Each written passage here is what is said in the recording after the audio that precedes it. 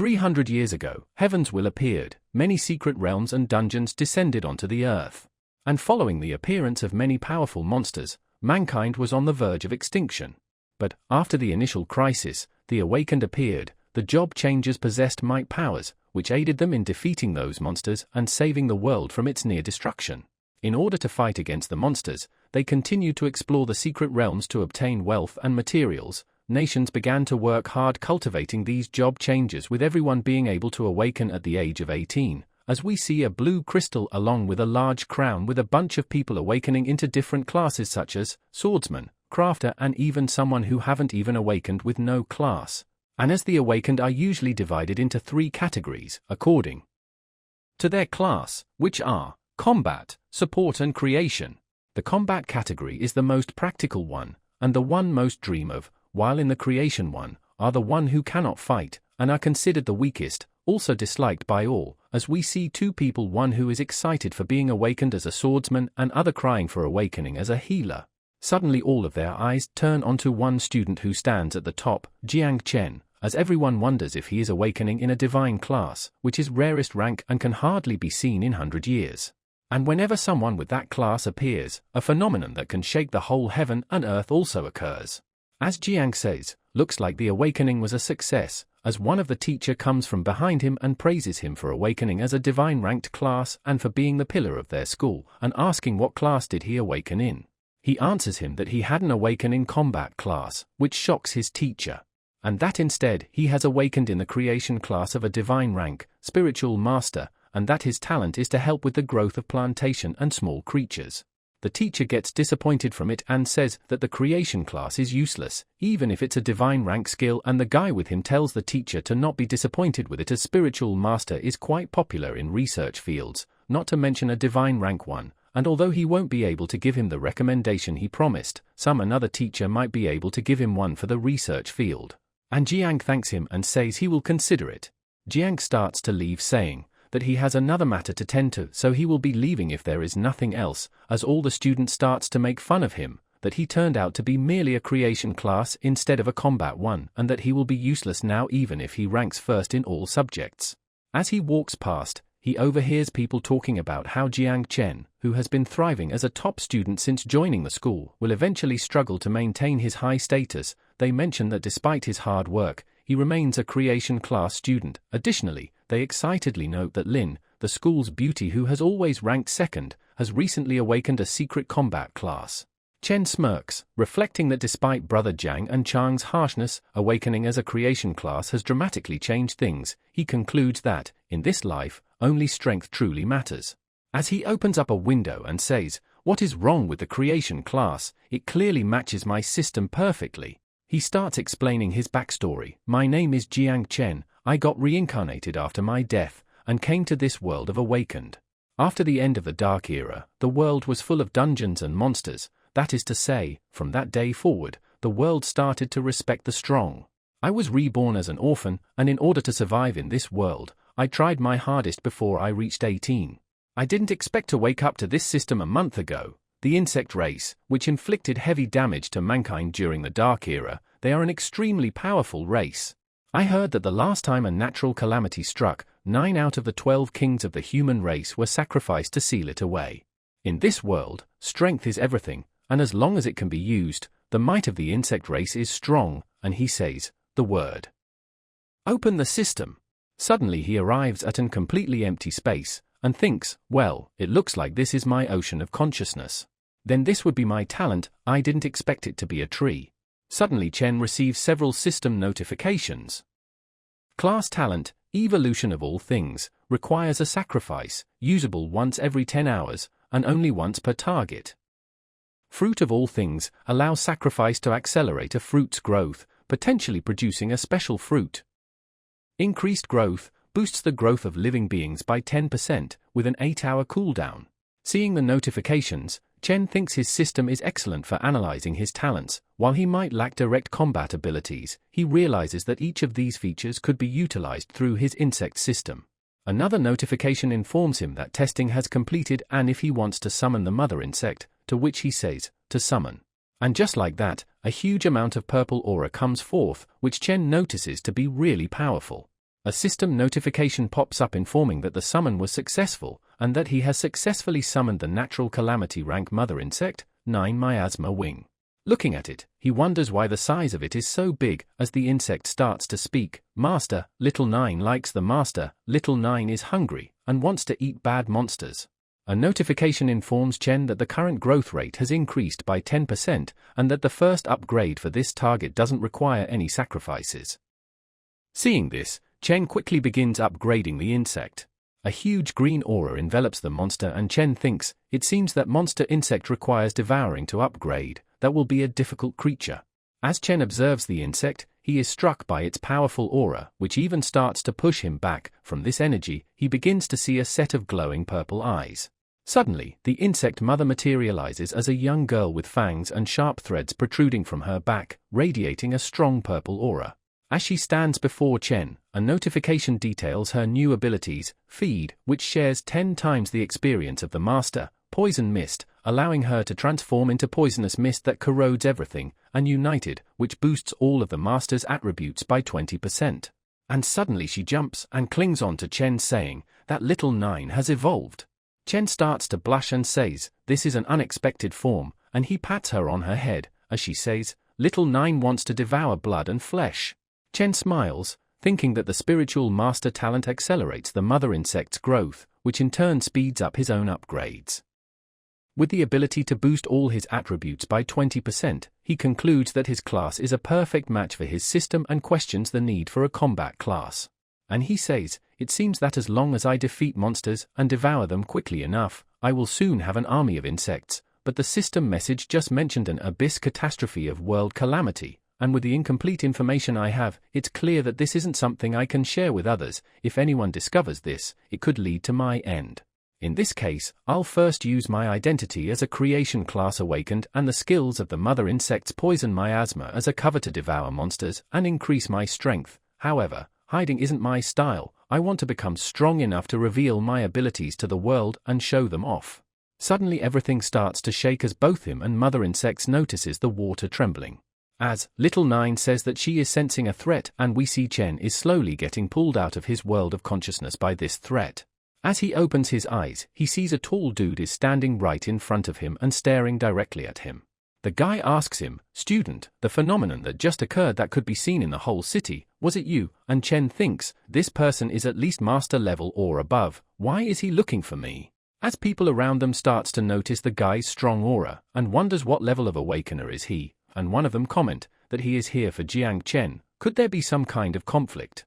Chen notices, strange, this guy has been continuously exerting strong pressure on me since earlier. He is exerting pressure yet remaining silent. Could it be that he is testing me? Inside his subconscious, Little 9 starts to get agitated due to it, and as she says, this guy poses a threat to you, and seems quite tempting as well. Little 9 wants to devour him, as Chen starts to get worried about this. As a bunch of notification pops up saying, the mother insect senses that the target poses a threat to the host, the current target can provide a high level of devouring value, the mother insect is about to begin devouring the target. And just like that, Chen also starts to exert aura, and thinks that Little 9 is considering him as a threat and is about to initiate an attack. Everyone looking feels it as well, and comments that it's such a cold and ominous aura. Chen thinks to himself, realizing that when the devouring value is too high, the mother insect becomes more aggressive. He concludes that he needs to quickly find some monsters for Little 9 to devour. It dawns on him that the person's intention was to test his strength with their pressure, but it inadvertently triggered the mother insect. But fortunately, I can still suppress the mother insect, as the guy tells him, well done, kid, you just completed your awakening and are already able to withstand my pressure and even counterattack. Truly worthy of a divine rank awakened, your future is limitless. Chen replies, I am flattered, but may I ask who you are? The guy replies, I am Ji Gang, the leader of the Night Watch. I won't beat around the bush. I admire your strength, student. Would you consider joining us, the Night Watch? Chen gets surprised and thinks, so he is from the Night Watch. It's an organization especially made by Xia to resist demon and beast tides. They're always the first one to investigate any beast tide or a secret realm which are generated, and due to their constant fighting their morality rate is very high, and due to which most people avoid it, but for me it's different. Since the mother insect needs to devour monsters to accumulate value and reproduce, he needs to face large monsters for this. Once the devouring value is full, the insect will reproduce, causing potential commotion. Joining the night watch would help manage the risks of devouring and breeding. And he notes that from this point of view, the night watch organization is extremely suitable for me. Ji Gang tells him, "Student, you might have heard some rumors about the night watch, but those are all outdated. As long as you're willing to join, you will definitely receive comprehensive training, and as a divine rank, your resources." Chen shakes his hand and says, "No need to say more. To reforge the glory of the night watch, our generation mustn't shrink in our duty. I am willing to join the night watch." While thinking, my insect offspring will rely on you all, as Ji Gang gets confused from his statement. In surprise, Ji Gang asks him if he is serious about it, to which he replies, "This is no joke, but I do have something to attend to," as inside his subconscious, Little Nine is really wanting to eat him. Chen leaves saying, "I will report 3 days later at the night watch headquarters, see you then," and Ji Gang thinks that I thought it would be more complicated and I forgot to ask what hidden profession this kid had, and we see someone is coming from behind him. We see 2 people arrive, and one of them is the 8 elder from the martial academy, and Ji Gang asks him if he is here to snatch people, and if he is, then he is too late. But the elder asks, "Where is the guy with divine rank creation class?" Ji Gang gets surprised to hear that, as the elder tells him, "You're not planning on letting someone with creation class join your night watch, are you?" Confused, Ji Gang replies, "Wait, do you mean that kid just now?"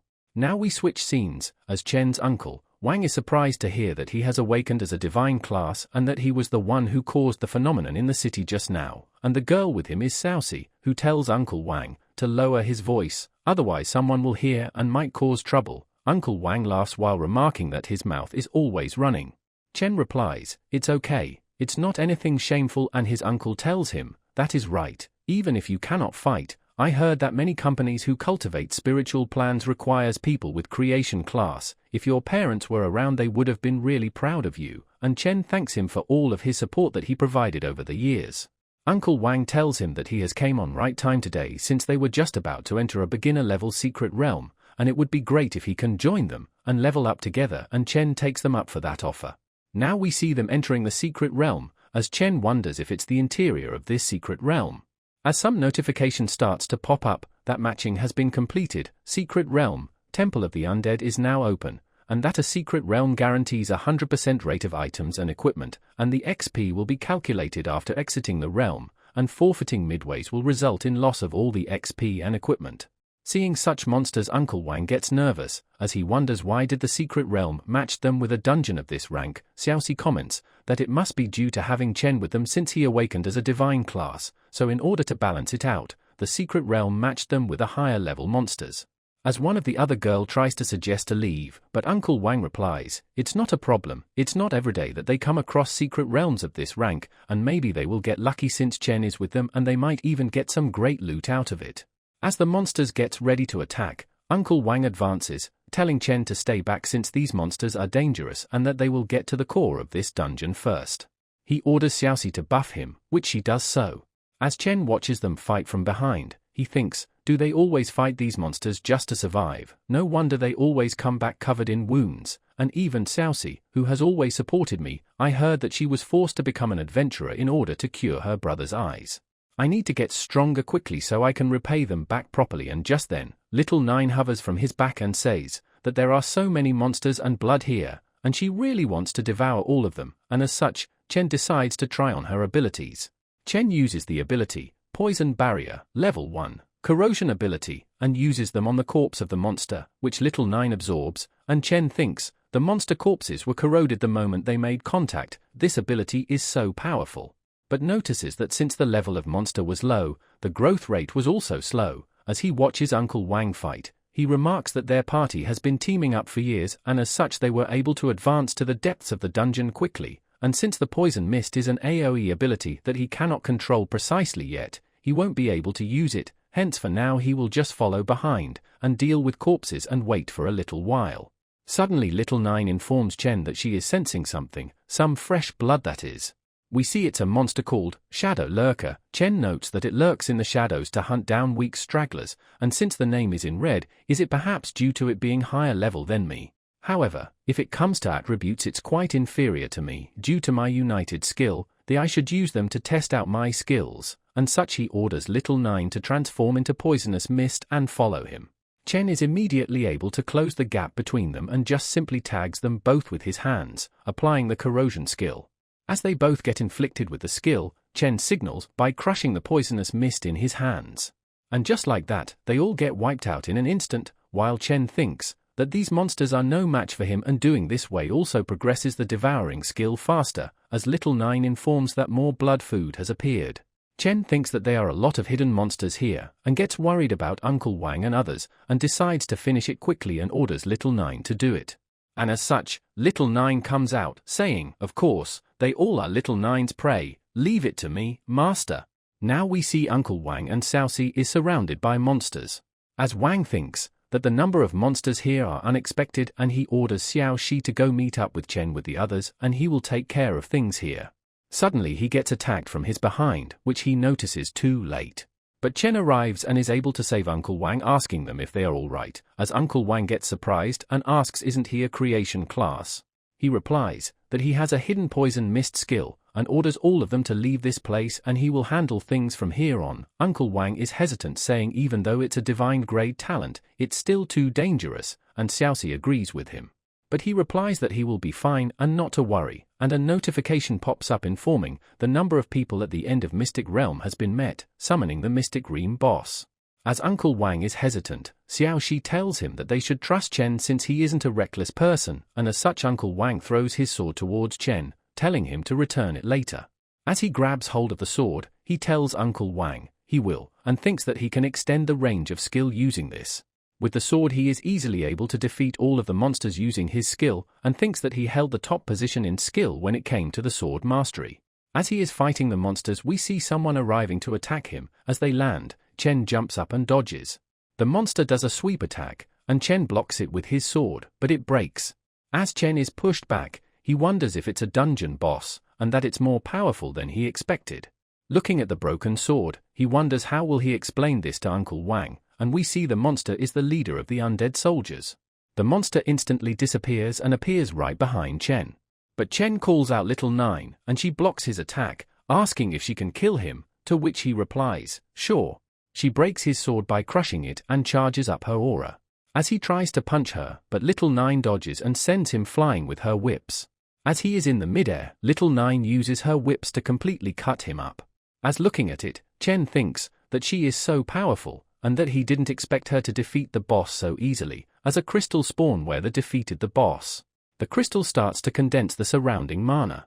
And with that condensed mana it creates a new boss, tyrant of undead soldiers, as Chen notices that the crystal seems to be the real body. He orders Xiao Ju to destroy the crystal inside his body. As he tries to attack Xiao Ju, but she dodges and runs around, the boss tries to slam his weapon down on her, but she jumps up to dodge. She attacks him using her whips, but the boss is really fast and is able to dodge the incoming whips. Chen notices that even with such a huge body he has such speed, and that perhaps he should use plants as he had this idea for a while. As the battle goes on, Chen notices that this monster is really fast and his attacks are quite powerful as well. It's like a charging bull without any control, but that is also its weakness. I've already felt this just now. There are many roots hidden beneath the floor. I just need to use my talent the moment it comes close enough, and that will stop him in place. And just then as the boss comes close enough, Chen uses his skill, Growth Acceleration.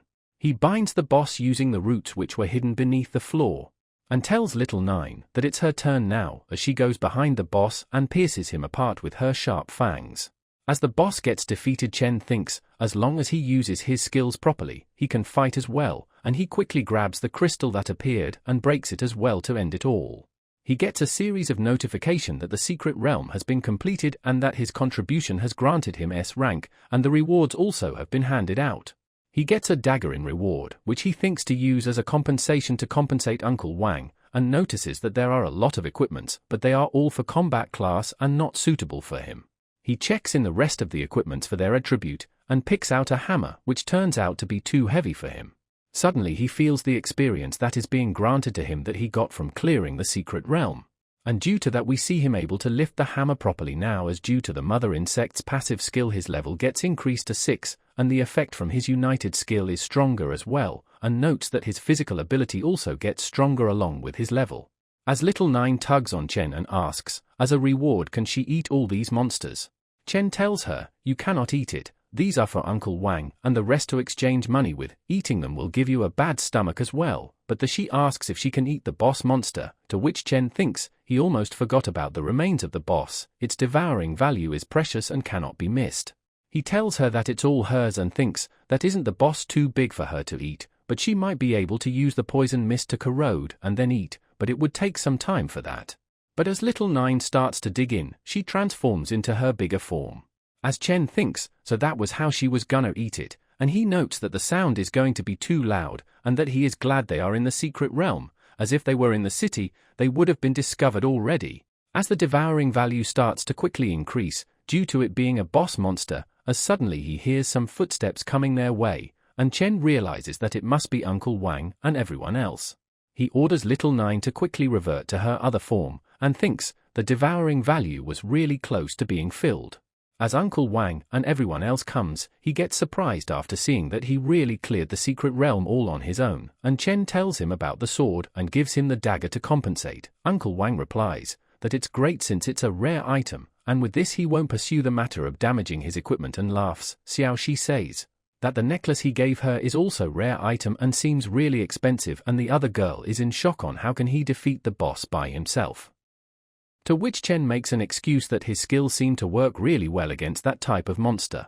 As Chen thinks since the secret realm has been cleared it would not refresh anymore, hence he would need to go to wilderness to find more boss-type monsters, as that would be enough to fill the devouring value to start breeding the insect swarm. Uncle Wang tells Chen that it's a pity that he is going to the research department since he was able to defeat a boss monster despite not even being a level 1.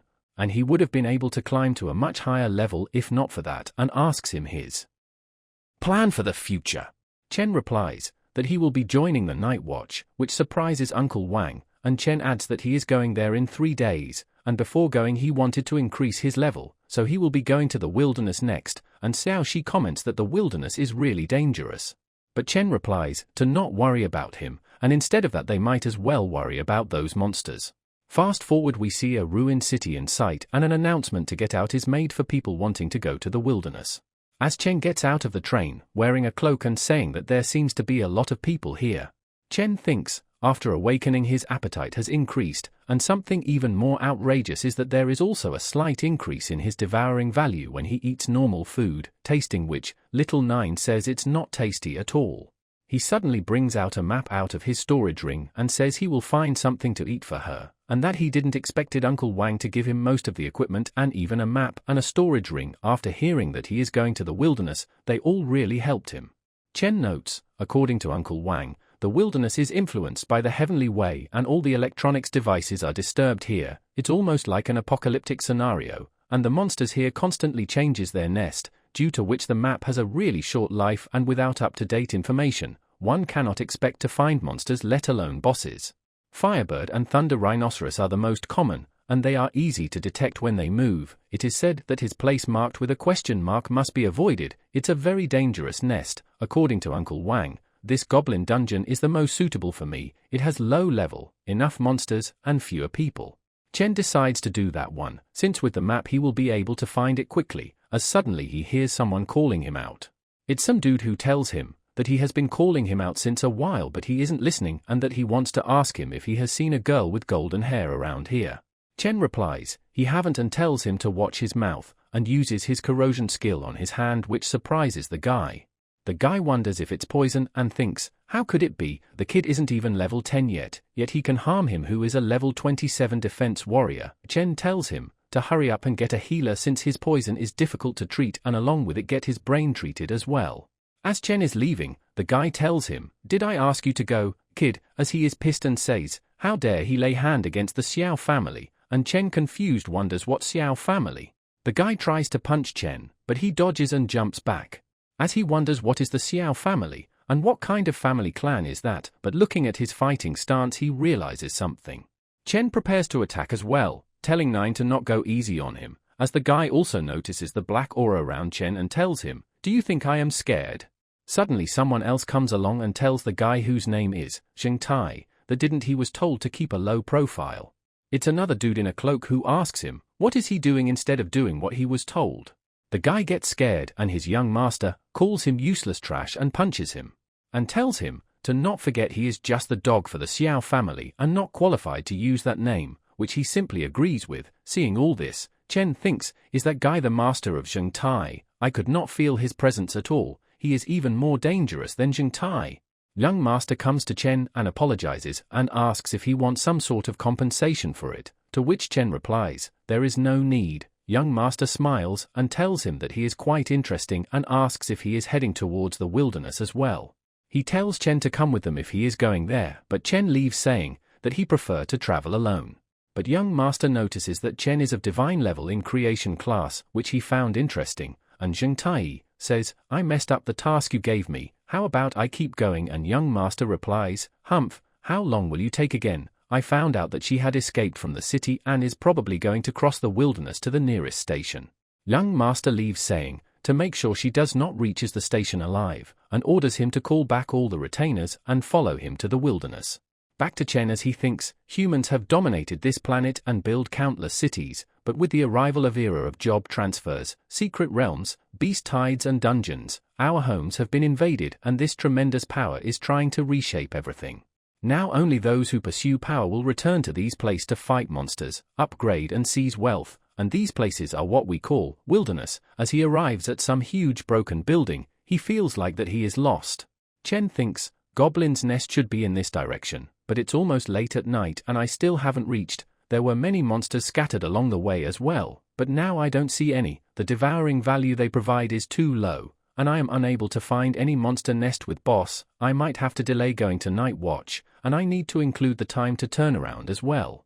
As the weather changes and rain starts pouring, we see a monster is sneaking behind Chen while he thinks that the rain feels like wave of magic and wonders if he has entered a nest. It's great even if it's wrong nest, since he would be able to find monster in it. He notices the huge spider-like creature crawling right above him.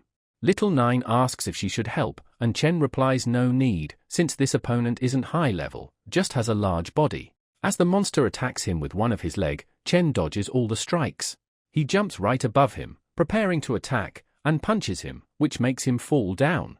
Little Nine tells him to look over there, and we see a huge amount of spider monsters surrounding Chen. He takes out his weapon and tells Little Nine she can eat all she wants now. As he starts to slash apart bunch of them with extreme speed, while thinking it's better to fight them at wilderness since you get XP right after killing them, and with a single sweep it has increased a lot. At this rate, we can level up 2 times if we fight monsters on their way back. And just like that all the bodies starts to pile up and he orders Little Nine to eat them all.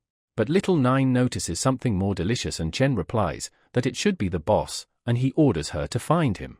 But he suddenly hears the sound, ouch, and gets confused, as he sees a girl laying on the ground and thinks if that is actually a monster. The girl suddenly wakes up, confused, and wondering where is she? As Chen asks her if she is awake, she immediately jumps back in fear of him, asking him, who is he? And Chen tells her to calm down, and that he is just here to hunt monsters, he isn't gonna hurt her.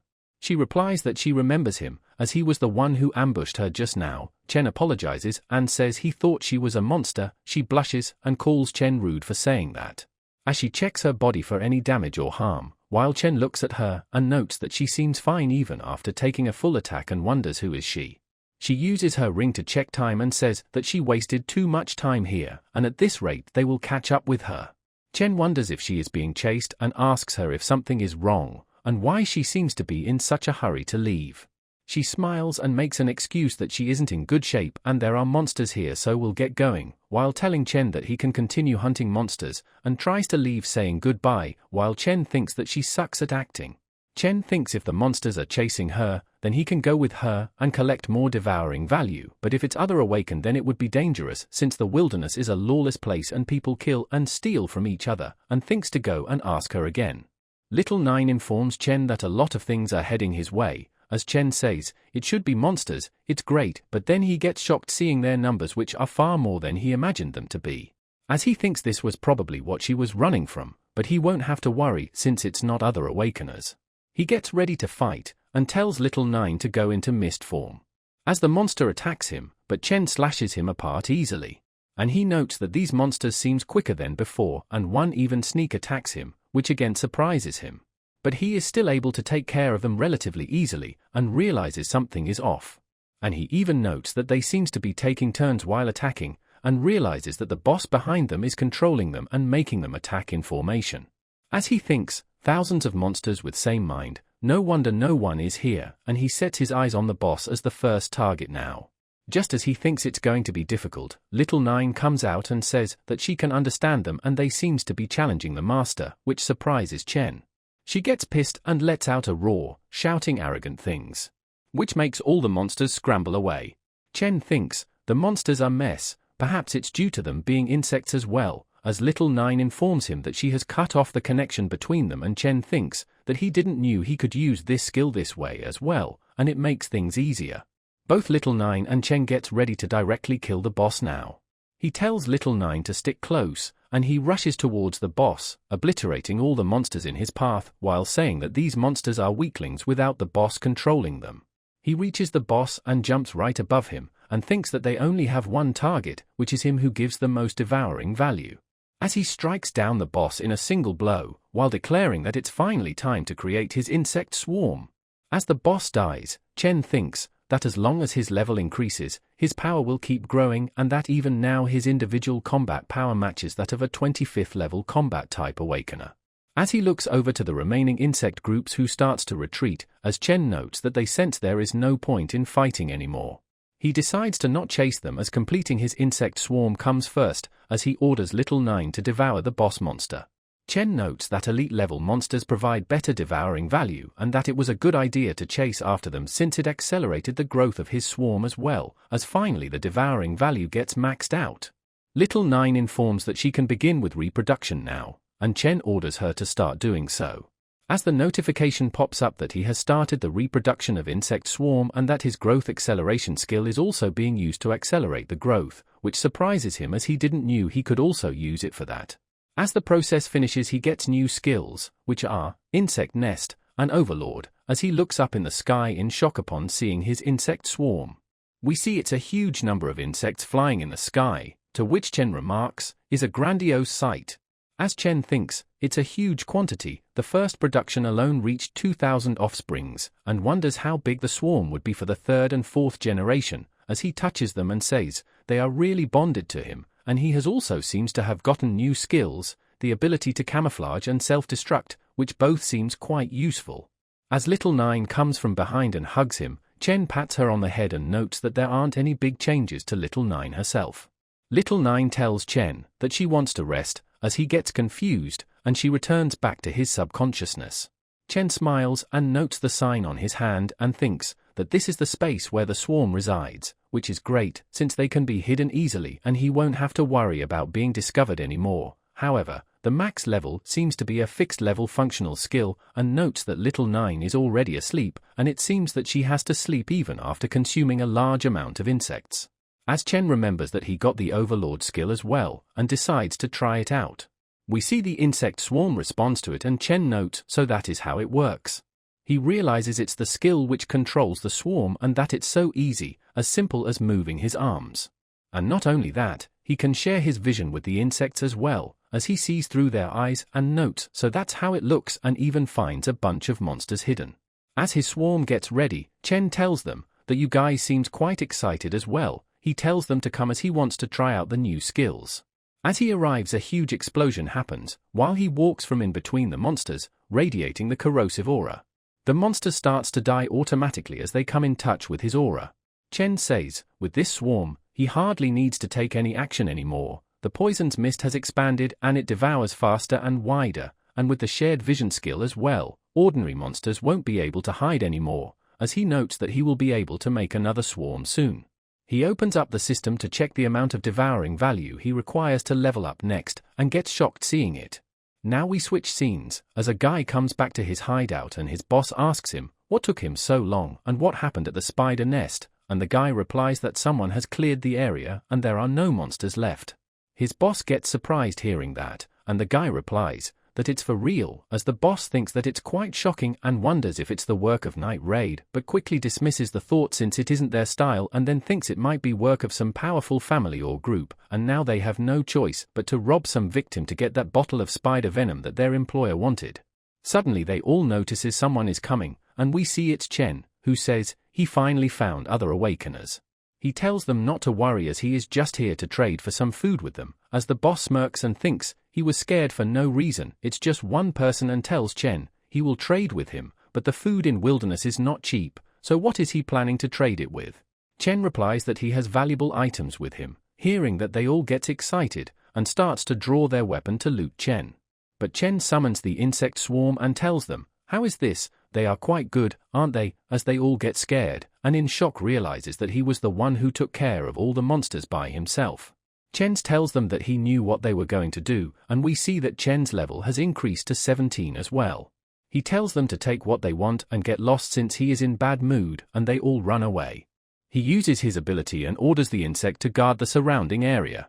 As he thinks that as a side effect of getting a swarm he is starting to get hungry faster as well, same as what happened when he first got Little 9, and that he thought the devouring value will increase faster after getting a swarm, but not only that, the amount required also increased by double, which Chen notes will take him forever.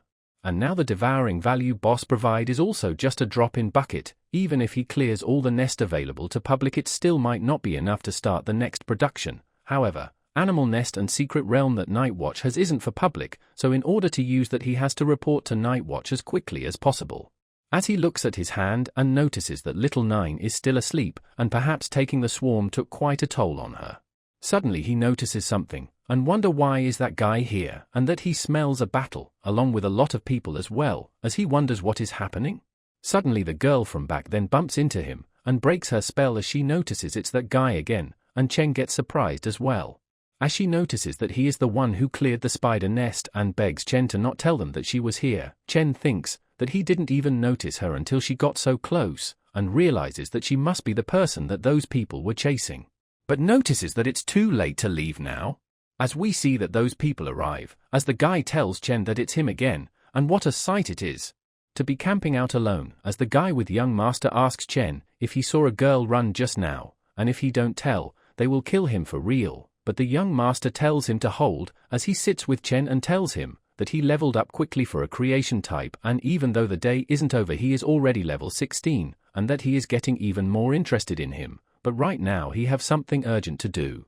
He points his sword towards Chen and asks him if he saw a black-haired girl, and Chen thinks that he has a strong aura, he must be over level 30, and even more he was able to tell his profession and level just by a glance. He must have some appraisal equipment with him.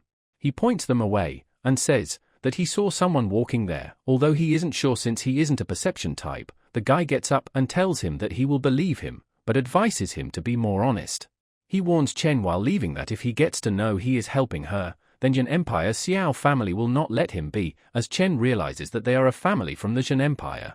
Chen explains that families from Jin Empire have long history, and all of them are high-ranking officials. They are mysterious and rarely appears unless some major disaster occurs. Some of them are even powerful enough to destroy entire continent. It's a bad idea to be remembered by those kind of people.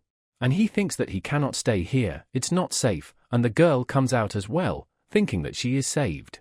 Chen grabs her and tells her to come with him, as even last time she almost screwed him over, and this time as well, and asks her for the truth on why are they chasing her.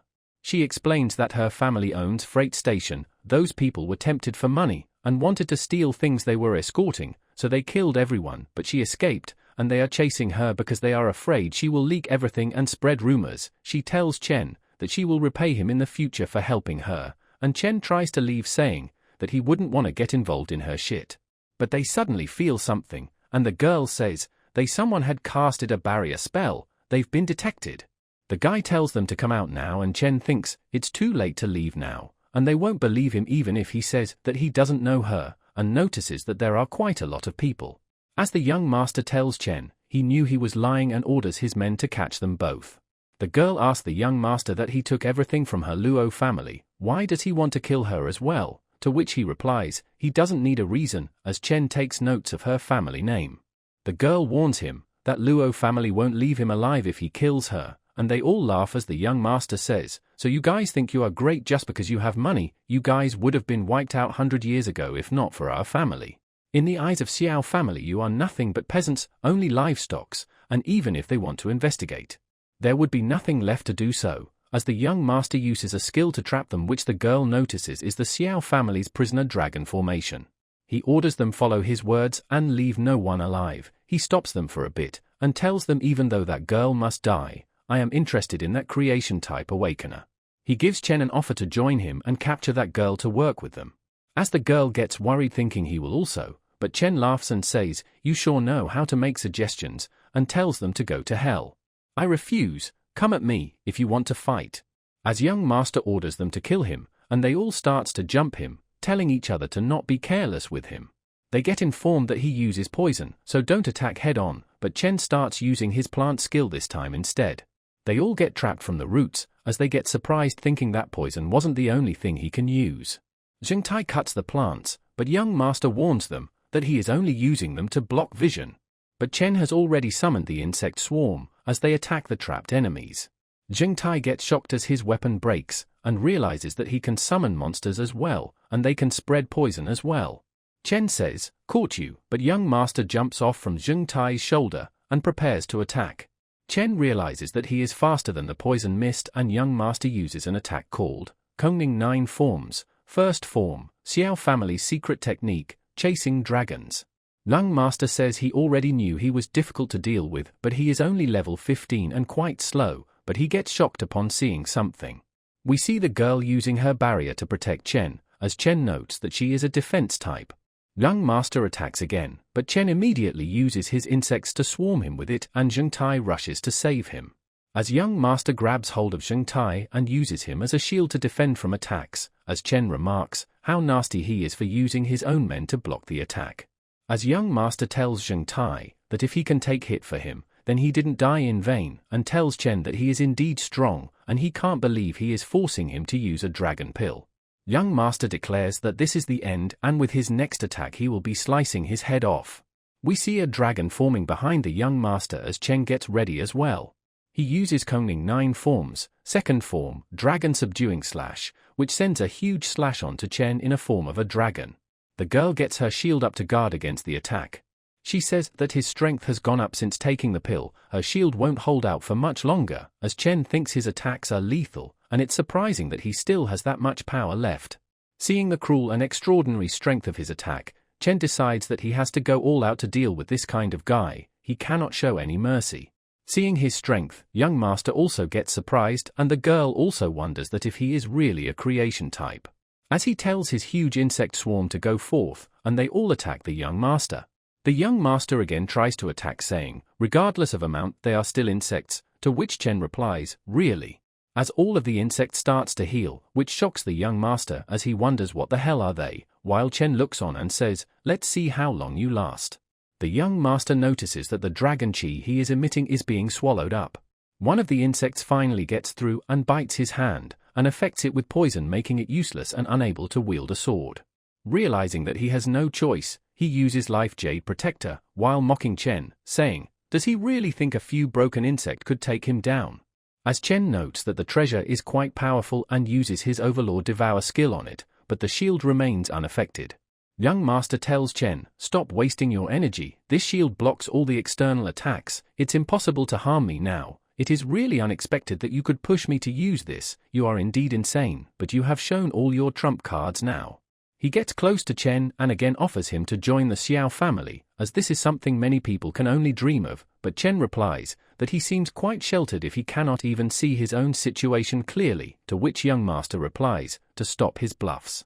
And tells him that even if he can't kill him today, he will keep trying, and that he doesn't understand the power of Xiao family, and if he really thinks he can fight against such a family, but Chen smirks and replies, that didn't you say, even if you want to investigate, there must be something you can trace, what will happen if you die without even leaving a single hair behind? As just then we see Little Nine standing behind them, in her huge form. As she tells Chen that Little Nine has woken up, and it's time to eat, since she is starving, as looking at it, young master gets scared. She strikes him with her large fang-like legs and pins him onto the wall. As young master in shock, thinks what kind of insect is this, and Chen tells him that he and his jade protector will be good nutrients for Little Nine. As Little Nine attacks him again, this time breaking down his shield. Coughing blood, young master in shock thinks that the shield was supposed to be invincible as the treasure of Xiao family. As the attack this time completely eradicates every trace of young master, leaving only a pile of blood. As Chen recalls her back, while saying that Xiao family is nothing much, while the girl behind him thinks that he is too scary. And now that I know his secret, is he going to kill me to keep my mouth shut? As Chen takes notice of her and says, "Right, you're still here." Chen tries to intimidate her and asks, what should he do with her, and to give him a reason to let her live. She bows down and offers her a treasure worth 10 million which was on her, calling it basically her lifeline. Chen tells her that she is quite sincere, but it's a pity that she knows too much, and she knows how to lie as well. She gets scared and tries to take an oath that she, Luo Sandao, swears to the heavens that if she lied to her benefactor, she would be struck by lightning 5 times, but Chen doubts that it's her real name, and asks did she really thought it through before making up that name. But she replies that she is being serious, and she herself doesn't know what her parents were thinking when they were naming her, and as a proof, she gives him her ID. Seeing the ID picture being different, Chen asks if she is sure that it's her. And she replies that it was a picture that was taken 2 years ago, and she didn't hit her growth spurt back then, and also because she hadn't lost weight. Hearing which, Chen starts to laugh.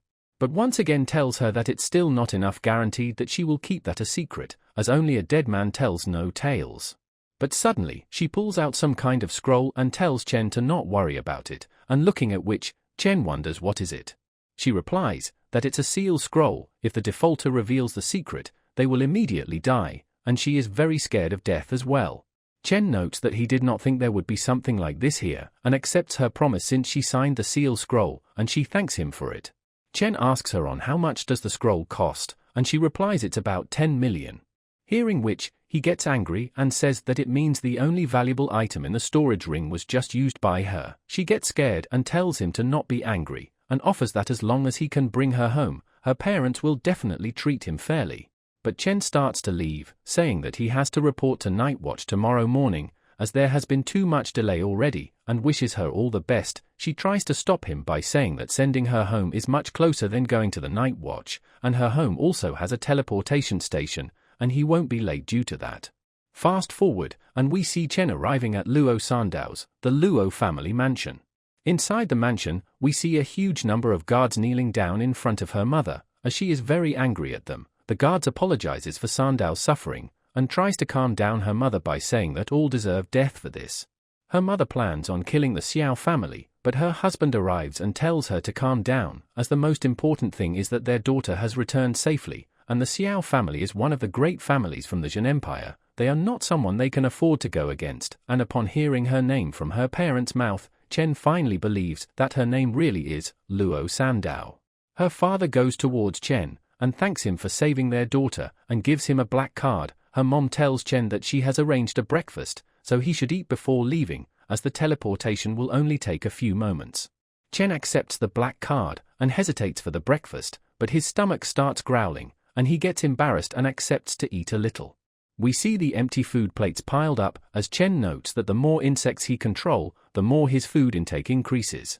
Her parents are surprised, and wonders if this is called eating a little, and Sandao tells Chen to eat as much as he likes as there is no rush. Sandao's parents are quite impressed by Chen, as their daughter informed them that Chen is a creation type, yet also a divine level, and he is also a newly awakened who can already save someone from the hands of the Xiao family, and her dad says that although Sandao won't admit it, Chen is quite useful and handsome as well, and we can see Sandao blushing slightly while watching Chen eat. Her parents gives each other the look, and notes that if Chen can help them fight against Xiao family, and also someone who can protect their daughter. Suddenly, they both go over to Chen, and her mom asks him if she has a girlfriend, and if not, her daughter is free, and that her hidden profession is also pretty good, along with that she is also skilled in doing business and financial management, and her dad adds that the most important thing is, their Sandao has a golden figure, 36, 24, 36, she got both beauty and brains.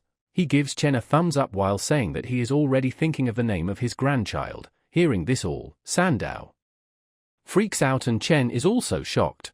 Chen quickly takes his leave while thanking them, and her dad tells him that they will talk about it next time again.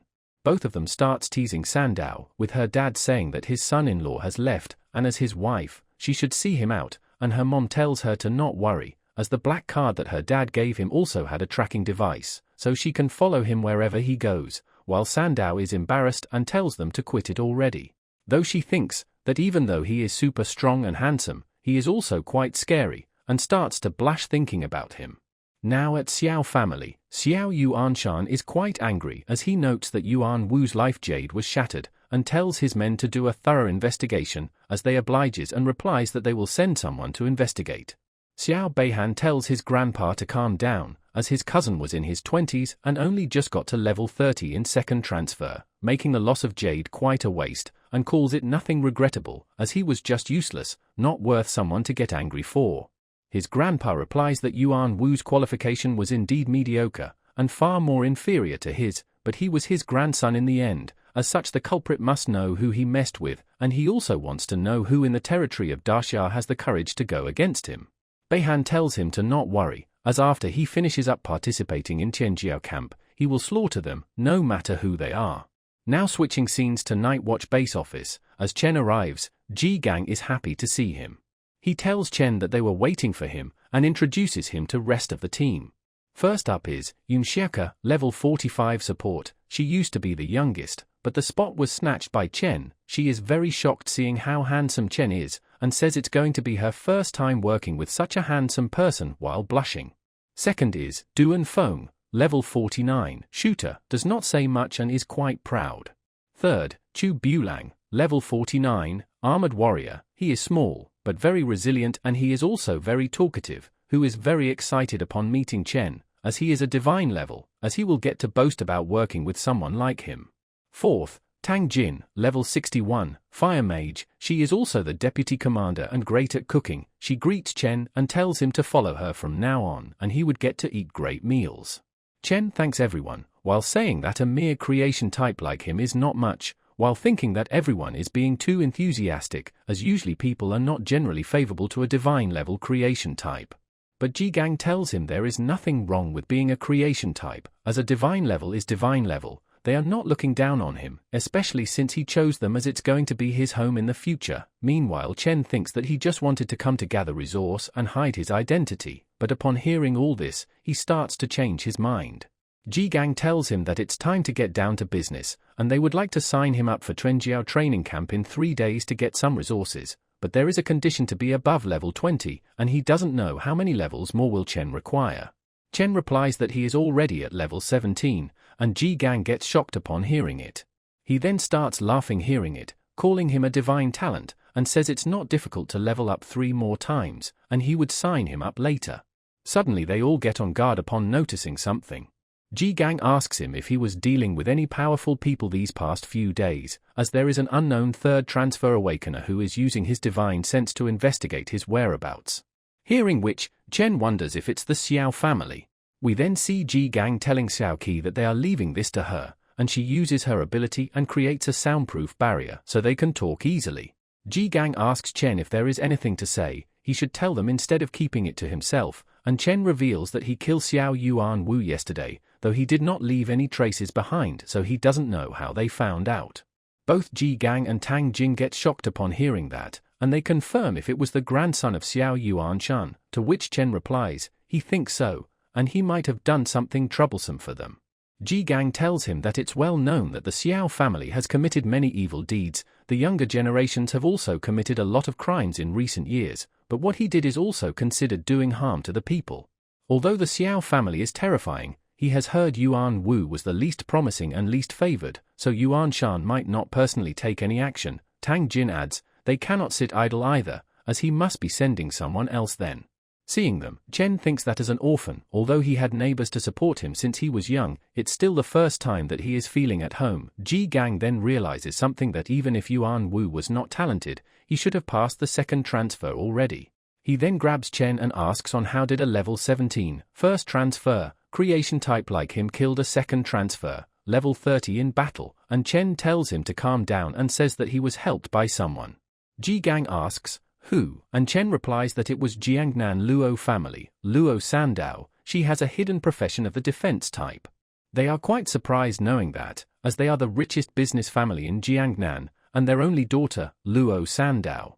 Ji Gang laughs while telling him not bad, as the Luo family is not a fighting family, but nothing beats them when it comes to wealth. If Chen were to have any difficulties, the Luo family would not stand idly by.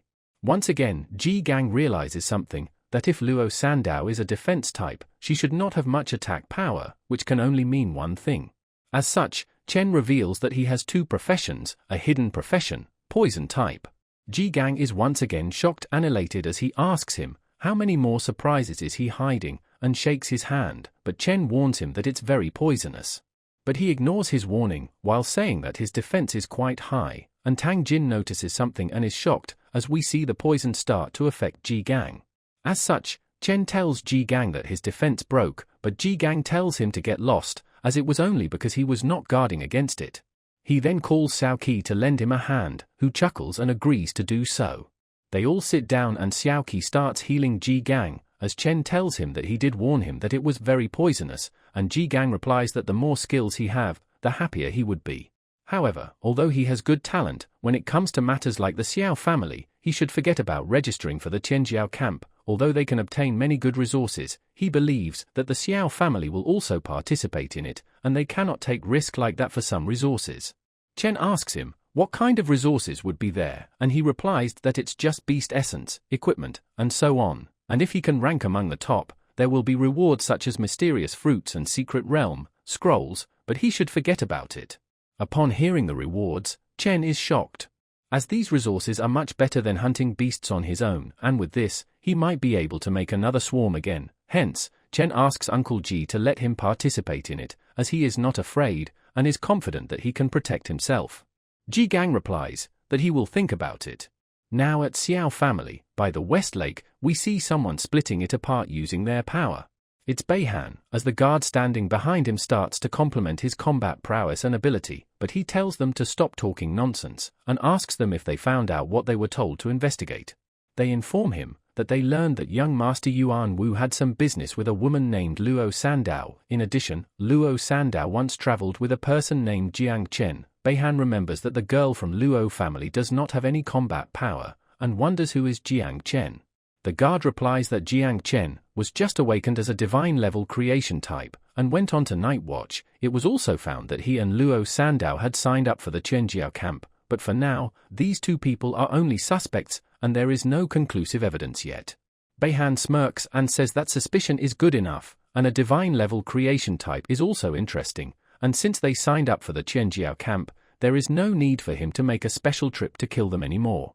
Back to the Night Watch office, Ji Gang tells him that although he has signed him up for the Qianjiao camp, he still feels uneasy, and just in case, he has found a strong ally for him among the applicants. Her name is Mu Hanxiu, the little princess of the Mu family. Before going, he should accompany her to a secret realm to level up and also establish a relationship with her. And he has heard that not only does she look stunning, she is also the same age as him, and when she comes, he should try to win her over using his looks, and suddenly the doorbell rings and the door opens. Mu Hanxiu arrives, telling Ji Gang that she asked to borrow someone from him through Uncle Li, but he declined back then. What caused him to change his mind? Ji Gang replies, yesterday, he did not agree because he was angry with her grandfather, and today he agreed because there was an additional condition, which is to bring Jiang Chen along.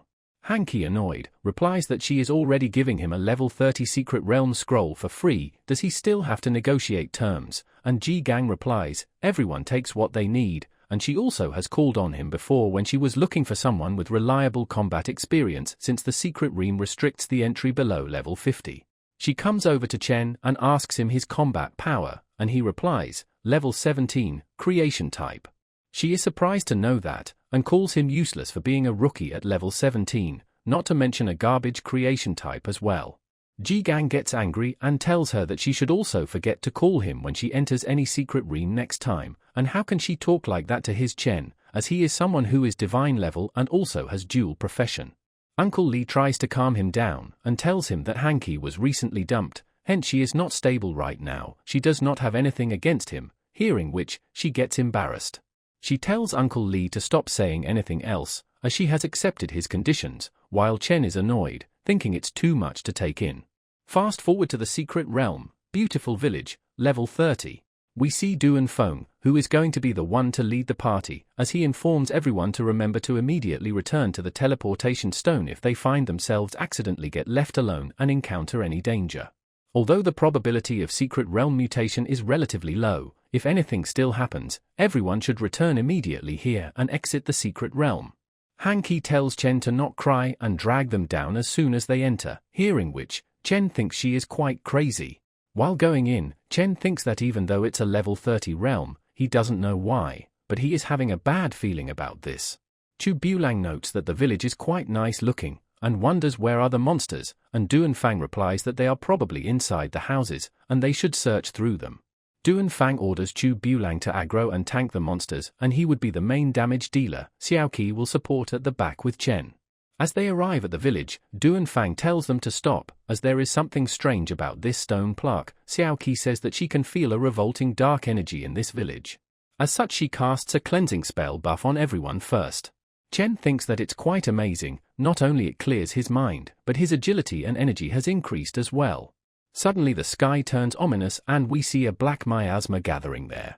Duanfang notices something is wrong and orders everyone to run and return immediately, but as he is speaking he starts to get sucked in. And we learn it's a mutant secret realm. We see Chen gets alone and notes that it's the Dead Spirit Village. The secret realm has mutated from ordinary level to nightmare level, and everyone has dispersed due to the mutation as well. And at his current fighting level, fighting the level 30 nightmare level secret realm alone would be too risky. As such, he thinks to return back and go back to the teleportation stone.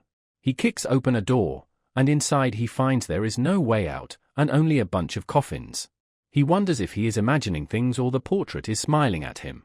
Suddenly the coffin starts to open up and we see a bunch of dead spirit comes out of it. Chen notes they are immune to physical damage and decides to use poison instead. We see him escaping from the middle of them and drowning them completely in poison. As he escapes outside, we see they are completely unharmed and Chen thinks that he knew it, as poison is also considered a physical attack and won't do much, and suddenly, Little Nine acts up, wanting to eat food. She comes out excitedly saying that she wants to eat food while looking at them, and Chen asks her if she can eat them, as eating should be considered a physical attack as well. But she replies, she can eat and it looks taste, hence, Chen tells her to go forth, but if she is unable to do it, she should not force herself and come back before getting in trouble. Little Nine rushes at them, saying that she is strong. We see her easily going through and destroying them, while being completely elated from getting to eat them all. Seeing this, Chen remembers that Little Nine comes from the abyss like the undead, and belongs to the dark species, and after obtaining the evolution skill, Little Nine can grow in the Lord of Abyss, much higher than these low-level undead. After realizing that they can be eaten, he calls forth his swarm, and orders them to spread out and to make sure to not be seen by other humans. Fast forward, and we see Chen leveling up again. He notes that it's quite quick, and in just over 10 seconds, he gained 50,000 experience and leveled up. This secret realm turned out to be a complete treasure for him. He then moves on to the creepy portrait to investigate it, and we see the portrait is not smiling anymore, which prompts Chen to ask it on why are you not smiling. Chen asks Little Nine if she can eat the portrait as well, hearing which its expression changes. It gets scared and breaks into pieces, and a notification pops congratulating him in scaring the necromancer guard, level 35 to death. We see switch scenes to Duanfang, who is seemingly having a hard time in dealing with all the undead. Though fortunately he had a magic weapon on him, otherwise he would not have been able to deal with the undead. He starts worrying about Chen as he is below level 20 and wonders how will he explain to the boss if something were to happen. Suddenly he gets a notification about his teammate killing bunch of low-level spirits and even a necromancer guard and gaining lots of experience. In shock, he wonders who could be the one to be able to kill all these monsters instantly in a secret realm. He first guessed Bulang, but it's impossible as his physical properties are very passive, and Xiaoqi does have light mana which can restrain them, but not kill them instantly, and Chen is even more impossible. Aside from low level, his poison or the growth of all things won't affect any of the undead. He then wonders if it's Hanshio, and thinks if she is really this strong. But regardless, he considers it a good thing that there is someone who can easily kill the monsters in their party, meaning they can save others, as he runs towards Chen to save him. We switch scenes to Hanshio and she is running away from the undead, heavily injured. Thinking that she cannot die, as she have a hidden profession and also want to participate in the Chenjiao camp and reinstate her family, but she is running out of energy and cannot use her skill anymore. She starts to get scared of death and wants to return to her home.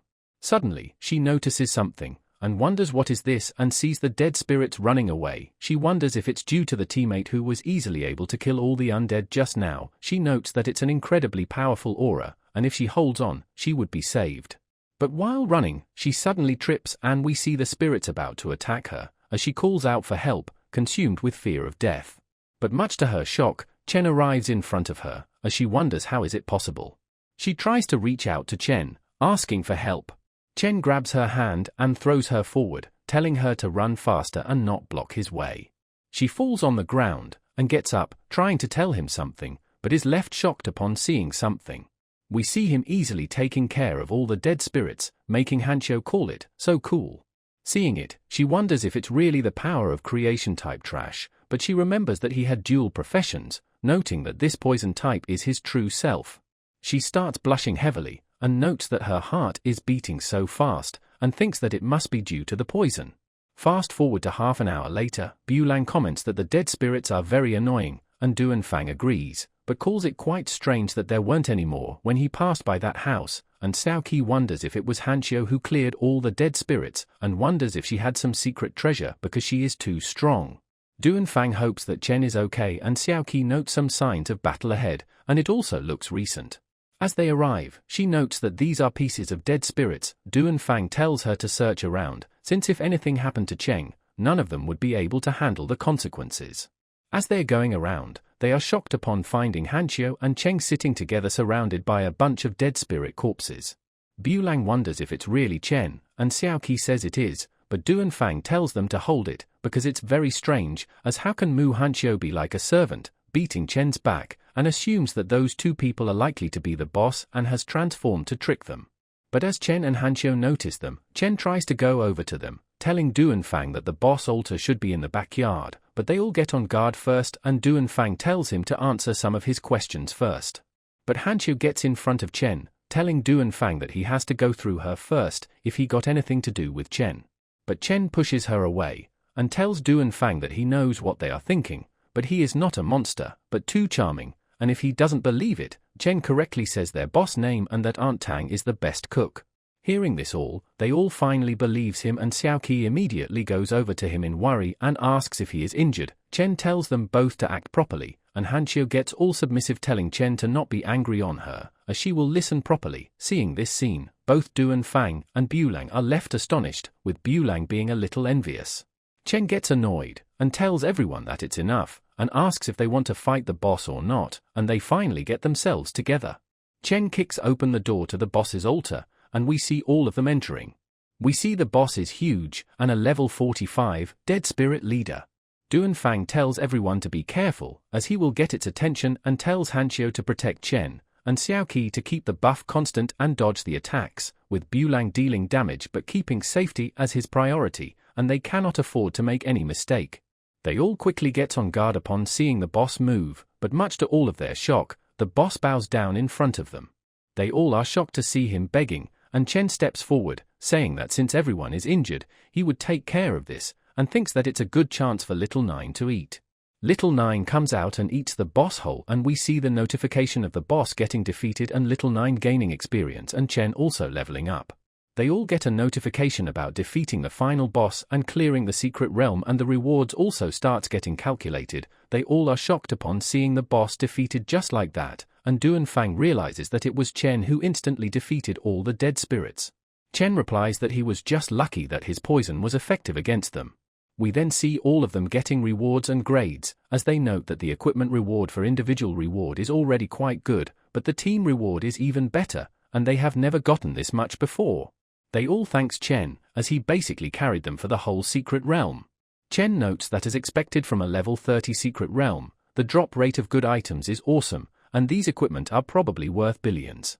Among them, he notices an invisibility cloak, which he finds useful, and for the rest of them, he decides to sell in exchange for blood essence for his young insects. We then see a notification, telling everyone to exit the secret realm as soon as possible, as it's about to disappear, and Chen notes that the devouring value has increased significantly, and if they drink some blood essence, he should be able to get another swarm soon. Now at the Night Watch office building, Ji Gang is shocked upon all the revelations that the secret realm mutated, Chen conquering Mu Hanxiu and also carrying the whole team. He tells everyone to leave, as he wants to talk to Chen alone. Chen gets nervous and Ji Gang tells him to be honest with him, as his reasoning that his poison can work against dead spirits can deceive Du and Fang and the others, but not him. Ji Gang starts to release his aura, tells Chen to be honest and asks him, what else is he hiding? Chen wonders if he would have to reveal his insects to him, as they are calamities from ancient time, and wonders if people were to know about them, would they let him go? As Ji Gang tries to intimidate him, Chen starts to get nervous. Suddenly, he pats him on the back, laughing and saying that even a guy like him can get nervous, and asks what happened to his courage when he was in Secret Realm, as Chen replies that it really scared him.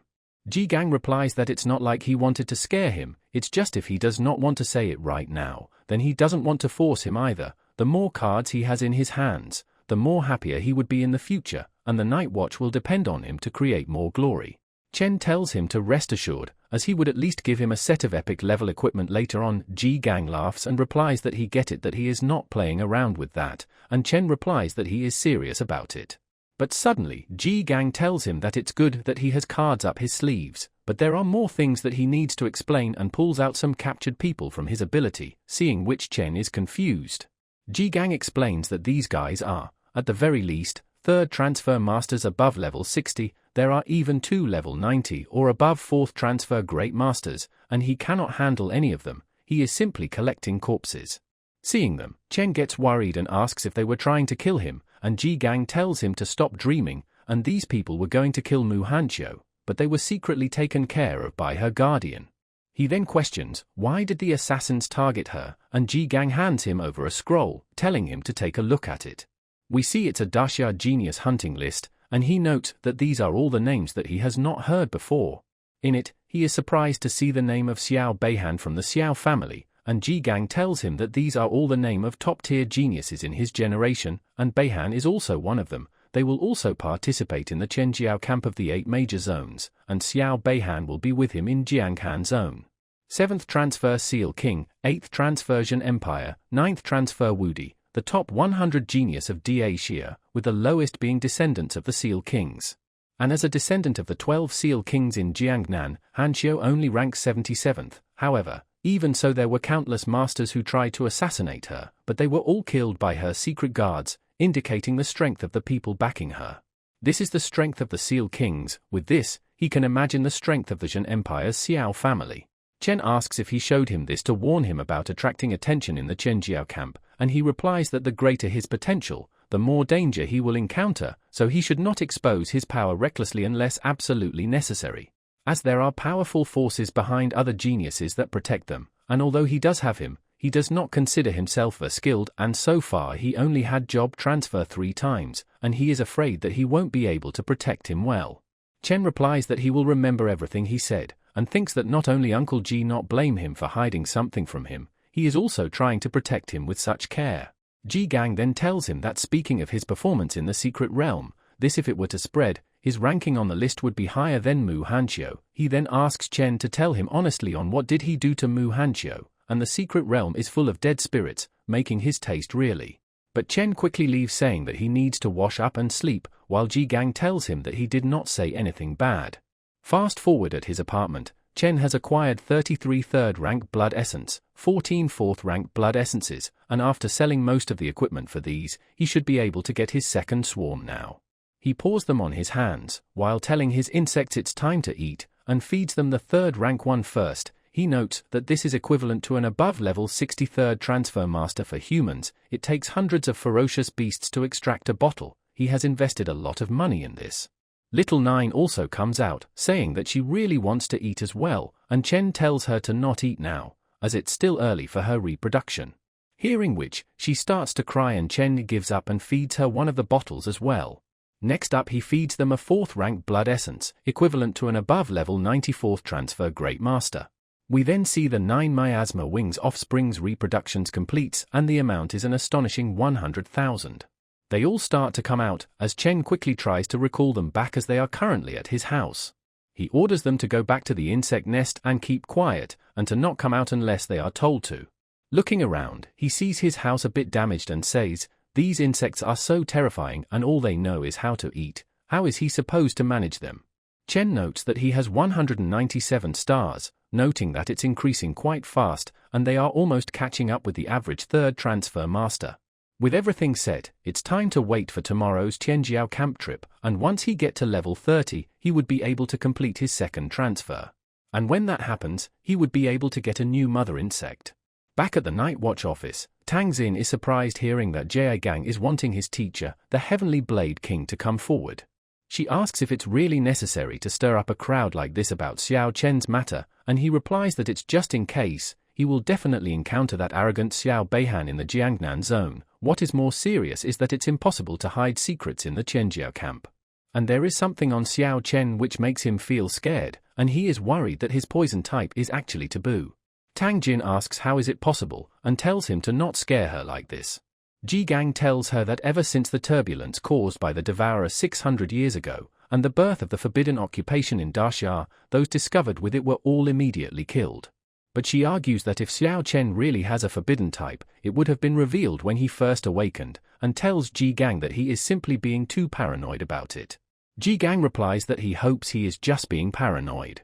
Fast forward, Chen arrives in some kind of jungle, as he is trying to find his way, and seems to have lost it again. Suddenly, he hears someone shouting for help. He notices someone hanging up the tree, as the person tells Chen that he is scared of heights. Chen uses his growth of all things and gets him back down from the tree. The guy tells Chen that it was quite scary, and the bird nest did not look that high until he got up there. Chen thinks that this guy was scared of heights but still wanted to get to the nest, and wonders if this is what they call a kiddled.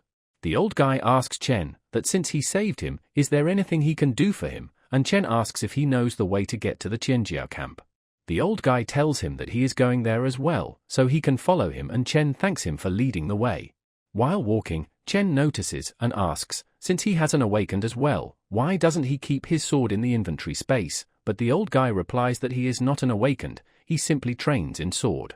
Back then, he didn't have the talent. After he failed in awakening, he ran around trying to make a living, but even after 10 years, he couldn't even afford a toilet in the city. At that time, he was completely disheartened and ran into the mountains to seek death, only to find a small hut left by an old hunter and this blade.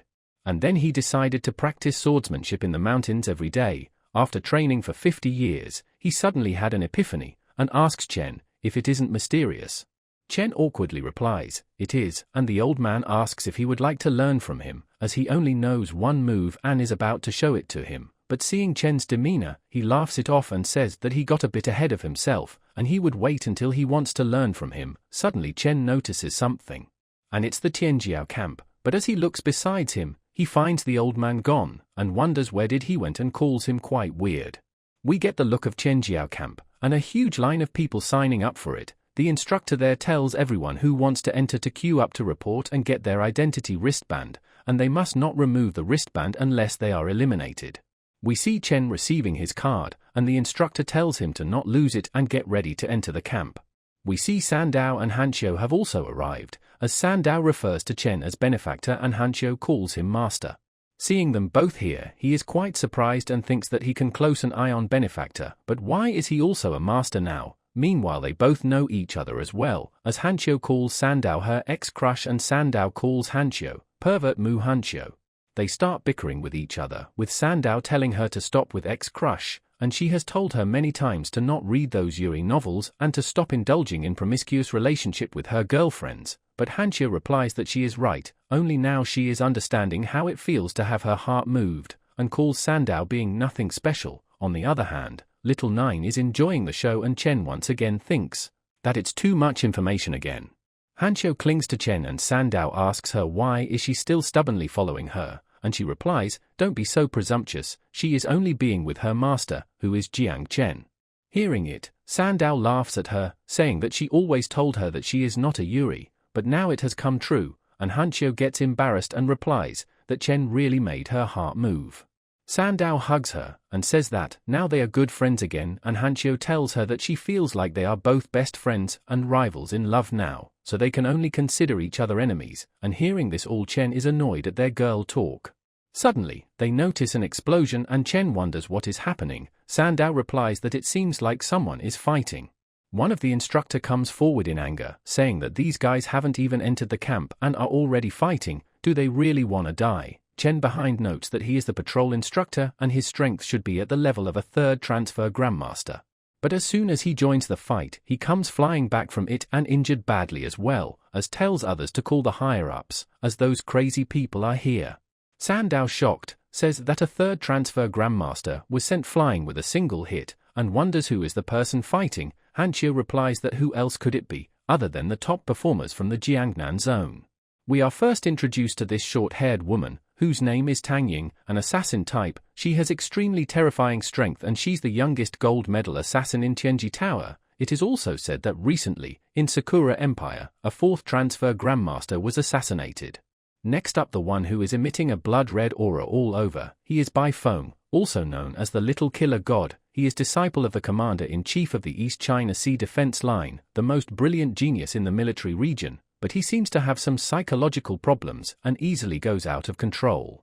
And the blue-haired one, who is holding the sword, is called Xiao Beifan, and his grandfather is one of the 7 pillars of Daxia. His profession, Qinlian Sword Immortal, is considered god-level. Sandow recognizes him as that thieving guy. The epic-level sword that he is holding was apparently stolen from her family, and Chen also takes notice of him, calling him truly deserving of the genius title, as he notes that he is countless times stronger than Xiao Yuan Wu. But he wonders that who is the person who is surrounded by them. Hanxue replies, he is the invincible descendant, Jiang Wushuang. He is said to have 3 professions, and they are all hidden type. He is obviously unbelievable strong, and they are unable to beat him even with their combined strength. Chen remembers him as the person who is ranked 3rd on the Daxia Genius Hunting list, and wonders if his insect can handle these people. Suddenly we see Beifan up in the sky and lands right on Chen and Sandow's location, though Chen was able to save her from his landing. Beifan tells Wushuang that his fist style is not bad, considering it was able to blow him away. Suddenly Beifan notices Chen and tells him that he has heard that Xiao Yuan Wu died at his hands. And although he also didn't like that useless person, he will have to die today as well. He was originally planning to finish off Jiang Wushuang first, but since he is here, he would deal with him first. Chen gets ready to fight as well, saying, even if his strength is different, it looks like everyone in the Xiao family shares the same rotten personality. As they both are about to start fighting, Chen remembers his promise to Uncle Ji about not to draw attention, but thinks that there is nothing else he can do in this situation. Suddenly, a sword slash comes flying towards in between them, cutting the ground itself, and someone shouts at them to move aside, as the chief instructor, Heavenly Blade King, has arrived. Blade King tells them, for whoever wants to fight, they have to answer to this sword in his hands. Chen is surprised upon seeing him and remembers that he is the weird old man he met on the way here, and with just a wave of his sword, he shook the 4 geniuses to the point of being unable to move, and his little insects were almost affected by the shock as well. The vice commander tells Senior GU that all 300 geniuses are present, and tells him to prepare to go on stage and host the opening ceremony. Everyone is really shocked to see him, as even with so many camps in Jiangnan, there has not been a king-level figure as their in charge. They also call it quite strange, as they heard that he was living in seclusion and wonders, why did he came out now? And apparently they heard some instructor talk, that the old master took the initiative himself to ask for this, which makes them curious if he is here to recruit a disciple. And everyone gets hyped up thinking it could be them. All the geniuses are also in shock, as they consider him a legend, with Beifan thinking that once the camp starts he would definitely defeat Wushuang and leave a good impression on the old master, and Wushuang is also hyped up, deciding to do anything to make him his master. Chen asks Sandow and Hanxue if they know that powerful old master, and Sandow replies, of course, as she has been hearing his legend since she was young. He is not an awakener, but is able to suppress a group of 7th transfer Seal Kings, and become the #1 Seal King under the Jin Empire. His abilities are even comparable to that of an 8 transfer from Jin Empire. He once even slayed a dragon in one strike. Hanxue agrees with her, and says, although they are both on the level of a Seal King, Senior Heavenly Blade King is her grandfather's most respected existence. Her grandfather once even asked him to let Hanxue become his disciple, but he declined, and although she was very frustrated at first, but then heard that many Jin Empire and invincible descendants were also turned away, hearing which, he asks if they are sure it's very hard to become his disciple.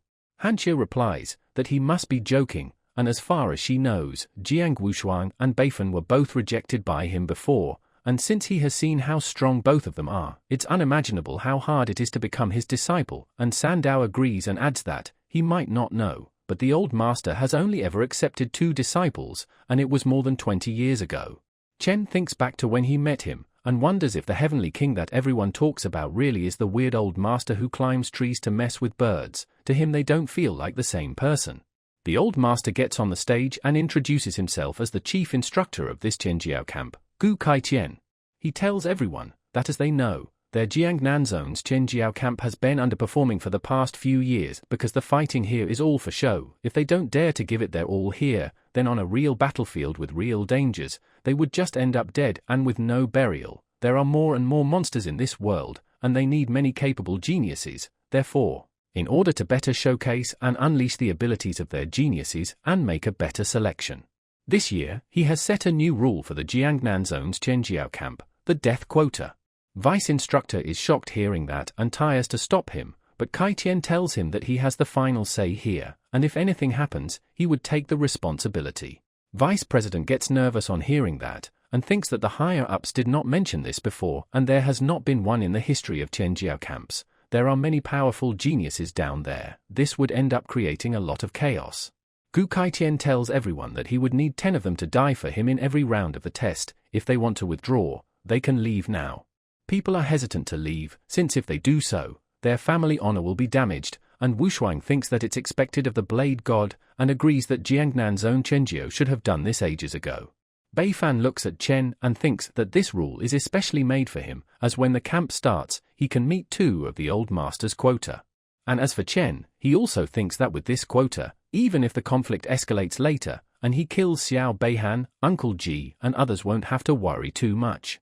Gu Kaitian is quite impressed as no one is leaving. As such, he announces the camp entry assessment beginning, and that there are 300 people in the first round, and half of which will be eliminated. Within the camp, 150 advancement flags have been hidden randomly. They can use whatever method they like. The round will end at 6 a.m. on the second day. Those with the flags will advance. He tells them to fight with confidence, and kill with confidence. They can fight alone or form alliances. They can even tear down the camp if they want, but in the end, he wants to see their bloodlust. As he tells them to disperse, everyone quickly runs to take the flag. As for them, the best method is to find the flags and avoid all the geniuses, making it the only safe way for them. Meanwhile, Beifeng gets ready to kill Chen as soon as the round starts. Chen tells both Sandao and Hanqiu to search for the advancement flags, and he will deal with Xiao Beihan here. They hesitate to leave him alone, but he tells them that it's an order and they both quickly go away. Beihan chuckles, saying that it's funny a newbie like him who is not even a second transfer wants to be a hero. Chen notes that Beihan's sword energy is indeed powerful, but it's far inferior compared to Yuan Wu, but he is also much stronger than before, and he doesn't know if it's possible to deal with him using only poison without exposing the insect larvae, and he also gets ready to fight while telling Beihan to stop talking nonsense. Beihan quickly sends a sword slash towards him, telling Chen that he is right, he should not waste his words on someone who is going to die soon. But before the slash could even reach Chen, someone else counters it with their own attack. And we see it was Tang Ying, as Beihan asks her, why did she do that, and Chen notes that it's that female assassin. She nags at Beihan, asking if he forgot about their agreement with Beifeng that they will kill Jiang Wushuang first once the camp starts, and yet he is wasting time and constantly leaving to take care of insignificant matters. She also mocks him, saying that he is just desperately using excuses because he is actually afraid of Wushuang, which pisses him off. They both start to leave, as Beifan claims that it's not a big deal to deal with Wushuang first and he can deal with the trash later, and Tang Ying points him towards the direction Wushuang went. Chen is left quite confused with all this and feels as if she is helping him intentionally. She looks back towards Chen and winks, and Chen realizes that she indeed is, and wonders why is it, as they don't even know each other. She turns out to be Tang Jin's niece, and her aunt asked her to secretly take care of Chen in the Chenjiao camp, but with her abilities, she cannot fight with Beihan head-on, and can only borrow the name Wushuang to try and delay his movements. And as they are walking, a guy comes in front of them, offering Beihan flag and introduces himself as the son of his grandfather's subordinate, Huang Yongchao. Beihan tells him that he really does not need that, but if he wants to show loyalty then he could help him with something, which he happily obliges to. Tang Ying realizes the problem and thinks that Chen would have to deal with this on his own, and hopes that Hanqiu and Sandao is able to protect him. Fast forward and we see both Sandao and Hanqiu returning and bringing 2 flags, and Chen tells them to take it first and he will go elsewhere to look, and they reply that they will help him find together. Suddenly they are attacked by someone, and Chen defends by throwing the table at the attack. Chen asks who is there, and if they are here to steal their flag. And we see it's Yongchao who replies that he is here to steal his life while charging another attack. Sandow knows him. He has the hidden profession, chasing Sun's extreme flame archer, and he is level 39 and his father is a 6th transfer venerable and she is not sure her shield can handle his attack. We see him launch a big arrow towards them and Chen tells them both to get out of his way. And he jumps towards him, saying that he can tolerate everything, but if he wants to kill him, then he should not blame him for being ruthless. After all, someone has to meet the master's death quota. Chen easily overpowers his attack, shocking Yongchao as he's surprised to see Chen using poison since he was informed that he was a creation type. He tells others who are hiding to come out and attack him together, but he gets completely swallowed up by the poison. Everyone who was hiding and waiting to attack Chen runs away in fear, finding his poison type to be too terrifying, not to mention it's hard for them to deal with a range type as they are close combat type themselves. Kai Tian says, "Nice job," and the vice instructor is shocked upon seeing Chen being a divine level creation type and the only hidden poison type. And the fact he also killed a 2nd transfer genius so quickly, calling Jiang Chen quite unbelievable, as there were no reports from the Night Watch in Chujiang City about this.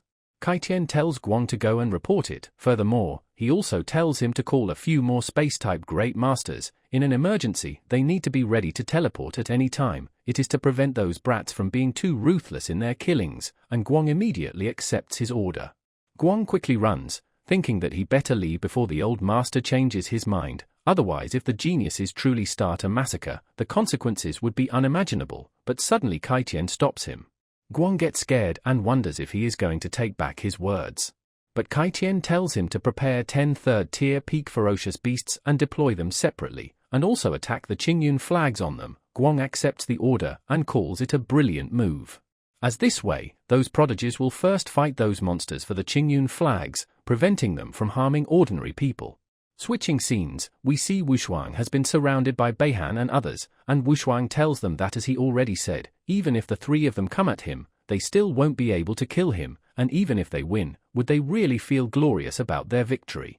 Beihan replies that although it's 3 against 1, and there won't be any glory in winning, it's just not interesting fighting against someone else. Suddenly, everyone gets a notification that Huang Yongchao has been killed and eliminated by Jiang Chen, as Wushuang notes that the first blood has already been drawn, and wonders who is Jiang Chen. Beihan thinks that although Huang Yongchao's abilities are ordinary, he is still a decent 2nd transfer, and is at least top 50 in this Chenjiao camp. He is also much stronger than Yuan Wu, but despite this, he was killed in such a short time. All of this surprises Beihan.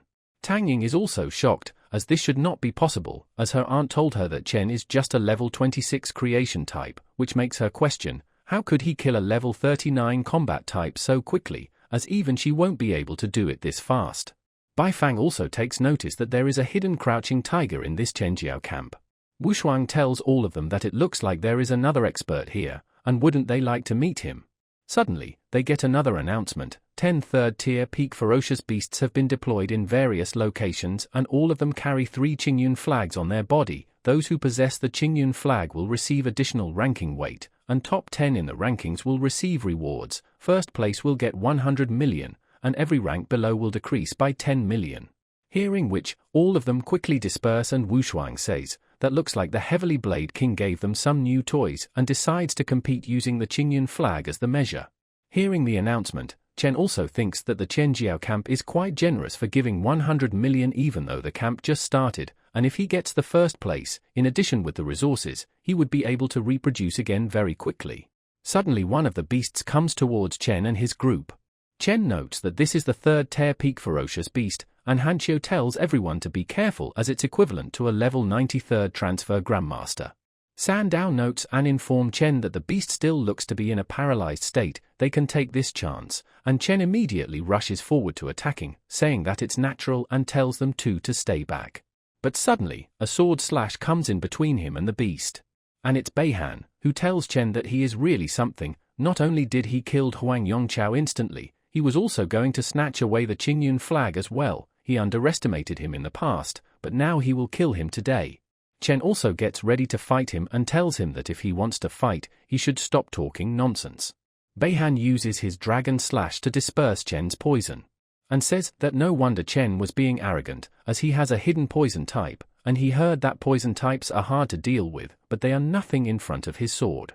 Both Sandow and Hanxiu also gets worried. A strong wind can counter poison type, and Hanxiu says that he is in danger and they have to save him. Sandow tells her to not do that, as his poison is not ordinary. If they tried to help, it would only cause him more trouble.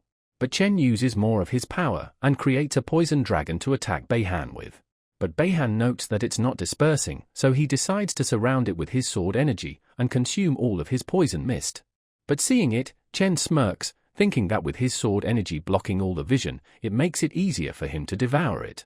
We see Little Nine coming out and devouring all of Beihan's sword energy, as Chen tells Little Nine to help him once she is full, and soon enough, we see Beihan's sword energy breaking down completely. Beihan starts to cough up blood, and is shocked, wondering how is it possible and what kind of poison is it to be able to destroy sword energy. He puts up his life jade protector, telling Chen that his poison cannot penetrate his life jade. Meanwhile, Chen thinks that Xiao family has done it again, though it's a shame. Since this battleground is watched all over, he cannot let his young insects show their original form. Chen asks Sandow if she can give him an opaque Earth's eternal shield, which covers this whole area, and she replies that she will try. We see Sandow's shield covering the whole area, obscuring everyone's view, as Beihan asks Chen, what is he trying to do?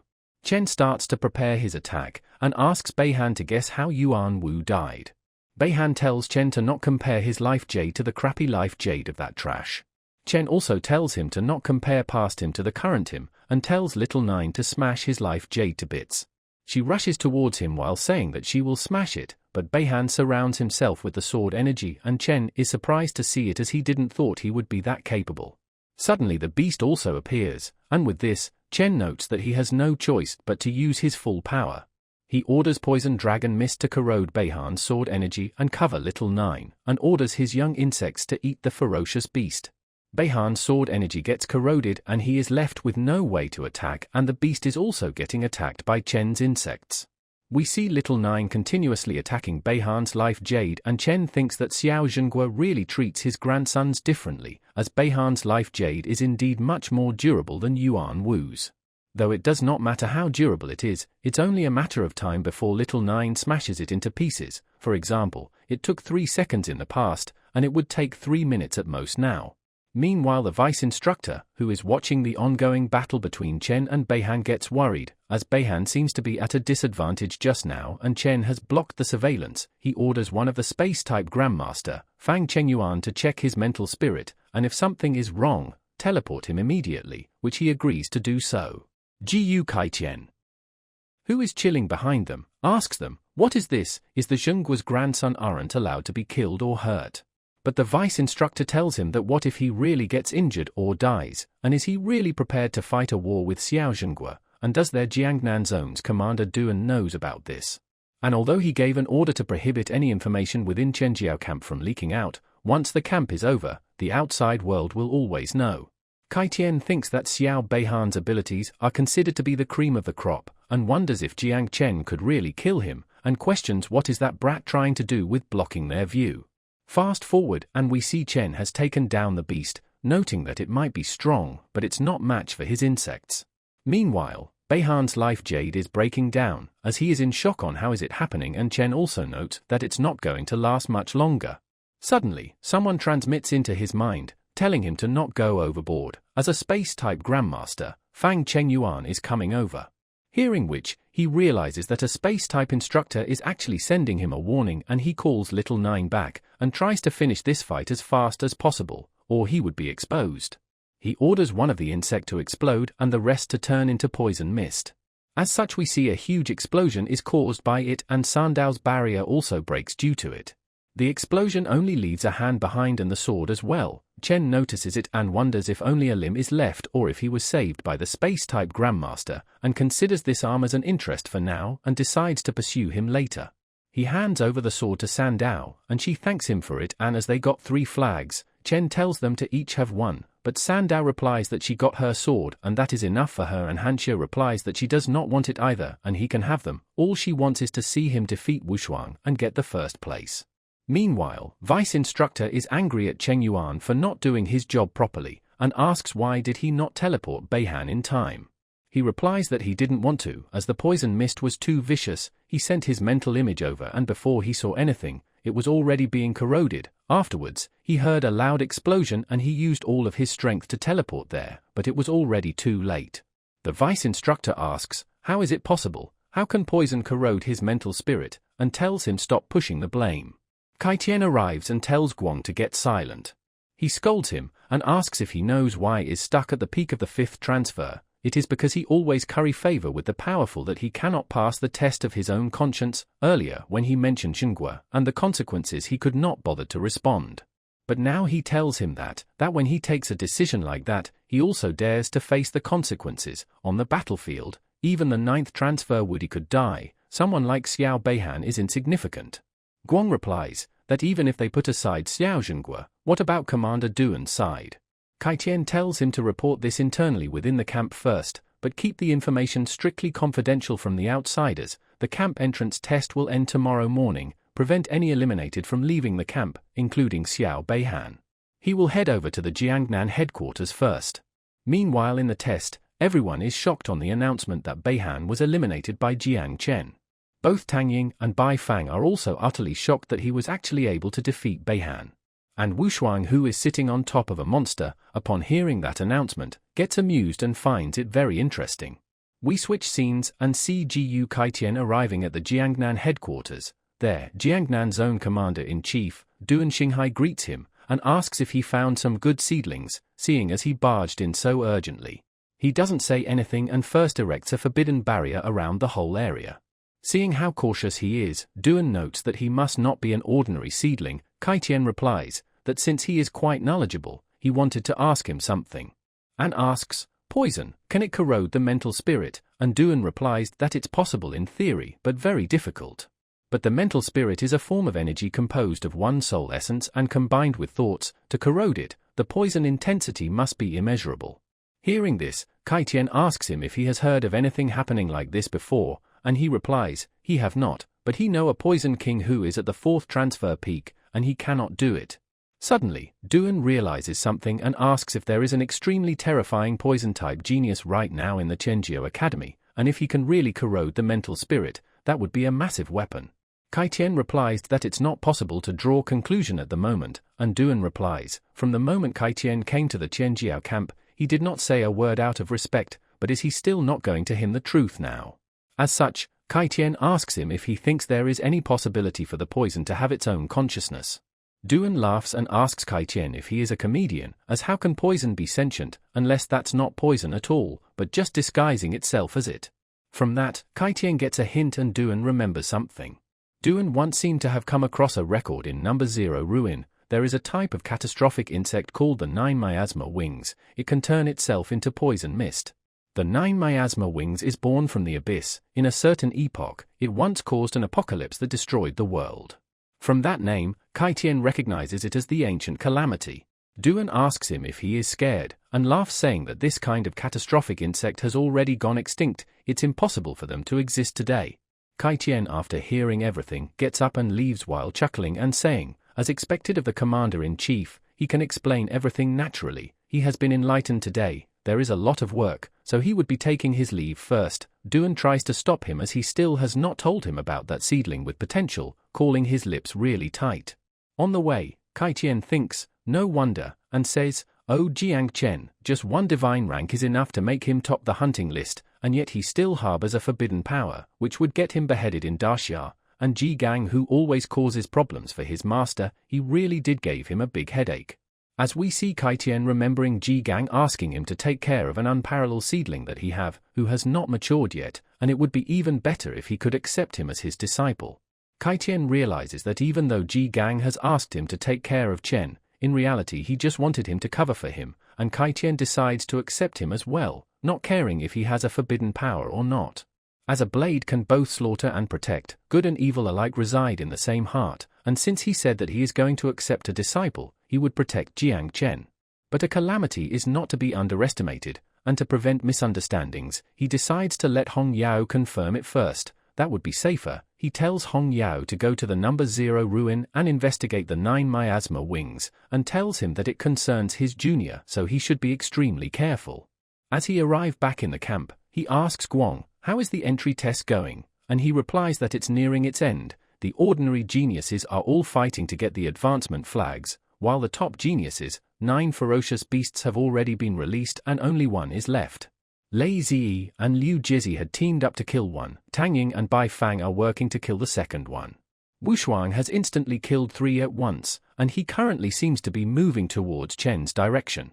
Kai Tian asks, "What about Jiang Chen?" And Guang replies that he has killed 2 beasts, and they have just released the 9th beast in his vicinity. Back to Chen, we see him confronting another beast and calls out his insect to eat it.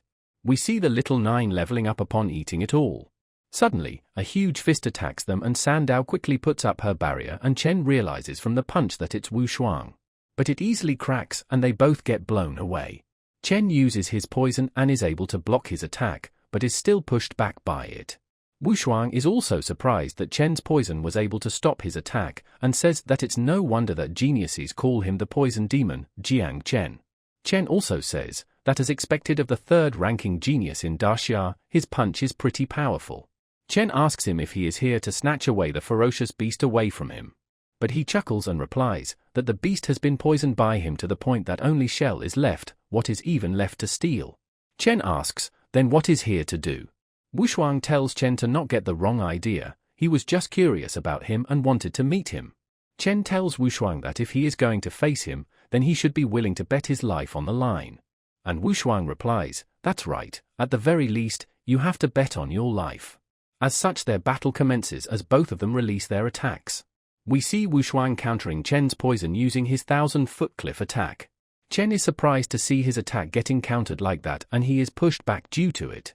He notes that Wu Shuang's punches are too fierce and fast, and his poison is spreading too slowly. He calls on Little Nine and asks if she devour flesh and blood of this level, she would level several times, wouldn't she? But she replies that she cannot beat that person, but she is willing to die for her master. Chen is surprised to hear that, as this is the first time he has seen Little Nine this scared, and in the end he wonders if self-destruction the only option left. He tells Little Nine to hide ifs he cannot win this, and thinks that no matter what, he cannot let Little Nine die, or else it would be all over. As Chen kneels on the ground, Wu Shuang asks if he is already losing his strength and mocks him that he doesn't look like the person who defeated Xiao Beihan. But suddenly, Chen uses his creation of all things and surrounds Wu Shuang with it, and Wu Shuang notes that this is his divine talent and calls it interesting, and asks if he is putting on a shield to fool people, as Beihan was also defeated like this as well.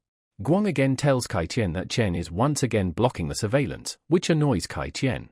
Guang tells one of the instructor that judging by the battle so far, Wu Shuang should be fine and there is not a need to interfere, but Kai Tian tells them to rescue Jiang Chan. Guang tells him that he is being a little biased, and Kai Tian calls it nonsense, saying that Wu Shuang is level 46 and Jiang Chen is level 26, there is no comparison between them. While thinking that he is his disciple, he just wants to protect him a little, there shouldn't be anything wrong with that. Back to the fight, Chen calls out his insect swarm, and Wu Shuang says, so this is his real power. Wu Shuang begins to gather energy around him and Chen orders his insects to encircle him. Wu Shuang uses mountain peaks upon mountain peaks and punch the ground, which causes multiple fists made of energy to erupt from it and destroy Chen's insects. But Chen closes down the insects right on Wu Shuang, and explodes them directly on top of him. But Wu Shuang comes out completely unscathed and tells Chen that he understands now how Beihan lost to him. While in mid-air, Wu Shuang bombards Chen with multiple fist attacks, and Chen struggles to stand up straight. Chen notes that this punch is several times stronger than the last one, and in astonishment, wonders if this is the power of Wudi's descendant. And 2 self-destructs only managed to blow away the force of his punches, they did not hurt him at all, as such he wonders if he would have to self-destruct several dozens or even hundreds of THM to make a difference, as he worked so hard to breed these bugs. But seeing how he has no choice left, he self-destructs 10 of them on top of Wu Shuang, but he is still able to come out without any damage. Chen then uses his creation of all things, but Wu Shuang pushes them away and tells Chen there is no need, as the battle is already over. Chen is quite surprised upon hearing that, and asks what does he mean by that, and Wushuang replies that he recognizes Chen as a worthy opponent. He was the only at first awakening, yet he forced Wushuang to use 80% of his power. With this, he looks forward to meeting him again after he grows stronger. Chen realizes that when Wushuang told him that he will bet his life, it was just to force Chen to go all out. He just wanted to find a worthy opponent.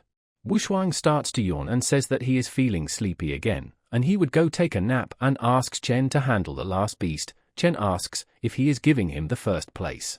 Wushuang replies that it's not his intention, he is simply really tired, and he is going to go and find a place to sleep. Chen gets pissed and tells him to stop pretending, and that he is not someone who would let his pride get his way, and if there is a benefit he would take it all, and while leaving, Wushuang smiles and thinks that he knew he was not wrong about Chen, he really is an interesting opponent. Kai Tian is also impressed by Wushuang, as he did not use his strength to bully the weak, and that this is what it means to be Wudi's descendant. And at last, Kai Tian orders Guang to send the last beast to Jiang Chen, and let him win the championship. Now we switch scenes to some kind of old destroyed ruins. And we are also introduced to a new character, the first disciple of the Blade King, and senior sister of Ji Gang, Hong Yao, who notes that this place is the ruins number 0, and calls it truly a nightmare, a place where no one below the 6th transfer could even enter. But for the sake of her junior, she decides to head in and endure it.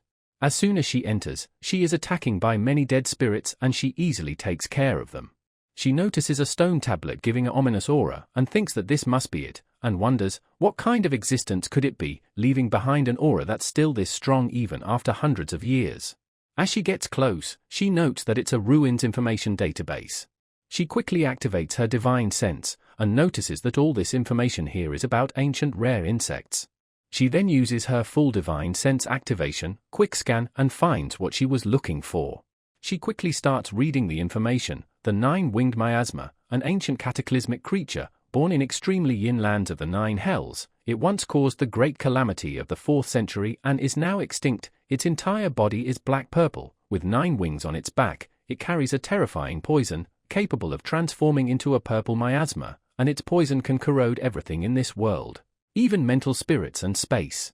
Upon learning all that, she is quite shocked, and realizes that her junior brother is really indeed carrying a forbidden existence, and thinks that she needs to report it to Master right away.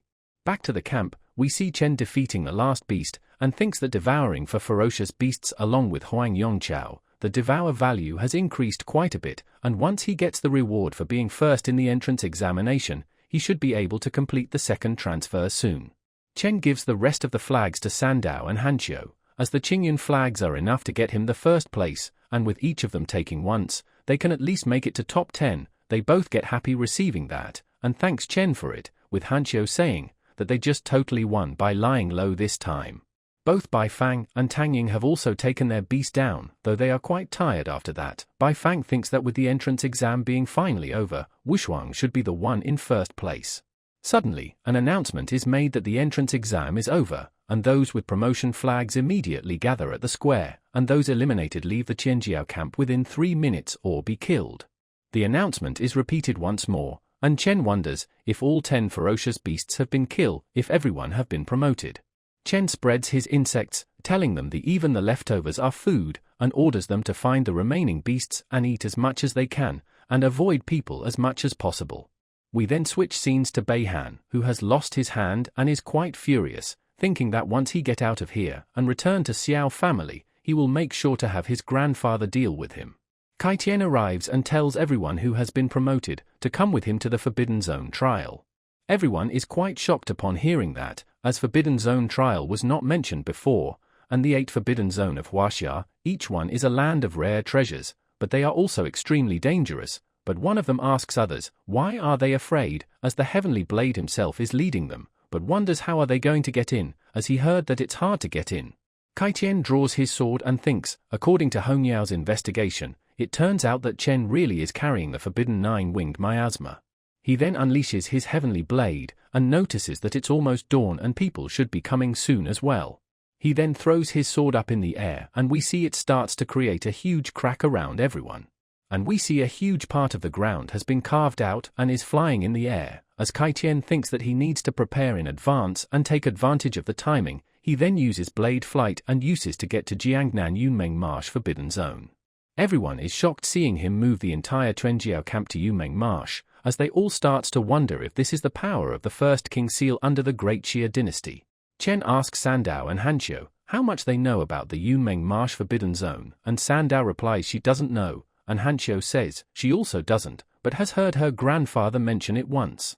The danger level of Yunmeng Marsh is ranked last among the 8 forbidden zones of Huaxia, but what makes it truly terrifying isn't the hidden dangers, but the distortion of time and space. In that region, there are countless dimensional fragments, like bubbles, interconnected. Some of the spaces within these dimensional fragments are even larger than Earth itself, and they are constantly moving, disorderly, so it's easy to get lost. Chen replies that in other words, the space within Yunmeng Marsh is chaotic, and asks what about the time. Hanxiu replies, time should be completely different from the outside world. It is said that a century ago, a regular person came to Yunmeng Marsh with a determined mindset, and he became a 7th transfer sealed king. According to him, 200 years had passed inside, but only 2 hours outside, and her grandfather also once explored there. He was lost for 3 days inside, but 3 years passed in the outside world.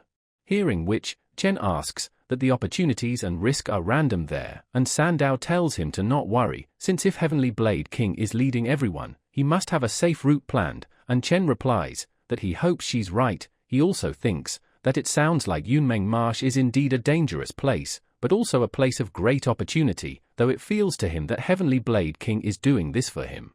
Kaitian thinks that since Hongyao was able to detect the 9-winged miasma, Xiao Zhenguo would be able to find it out soon as well, and when that happens, the entire Great Xia won't be able to keep it a secret, and due to this, he hopes that Yunmeng Marsh would be able to buy them enough time to find allies. Back at what remains of the camp, some people are in shock that Heavenly Blade was able to move the entire camp. One of them wonders if he is planning a rebellion, since that camp holds the majority of their entire Jiangnan's elites, and questions, where is the Commander Duan? We see just Kaitian sent a transmission to Duan just 2 minutes before leaving, and Duan is rushing towards the site while calling Kaitian an old fool, and thinks if he is asking him to gamble his life with him.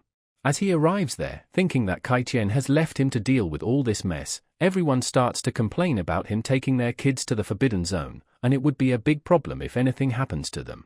Duan shrugs them off, saying that Kaitian has already said that he would bring them back by the selection day. There is nothing to panic about. Duan starts thinking that even if it's for that invincible prodigy, was it really necessary for him to rush to the Forbidden Zone like this, or is he trying to hide or escape something? Suddenly, Duan remembers their conversation from before, and assumes that it must be something to do with the 9 miasma wings. We switch scenes and see Kaitian contacting Ji Gang, informing him that Jiang Chen indeed possess something taboo. It is a serious matter, so he is taking him to lay low for a while, and he should stay outside and try to find allies among the sealed kings. When they return, they might face a fierce battle.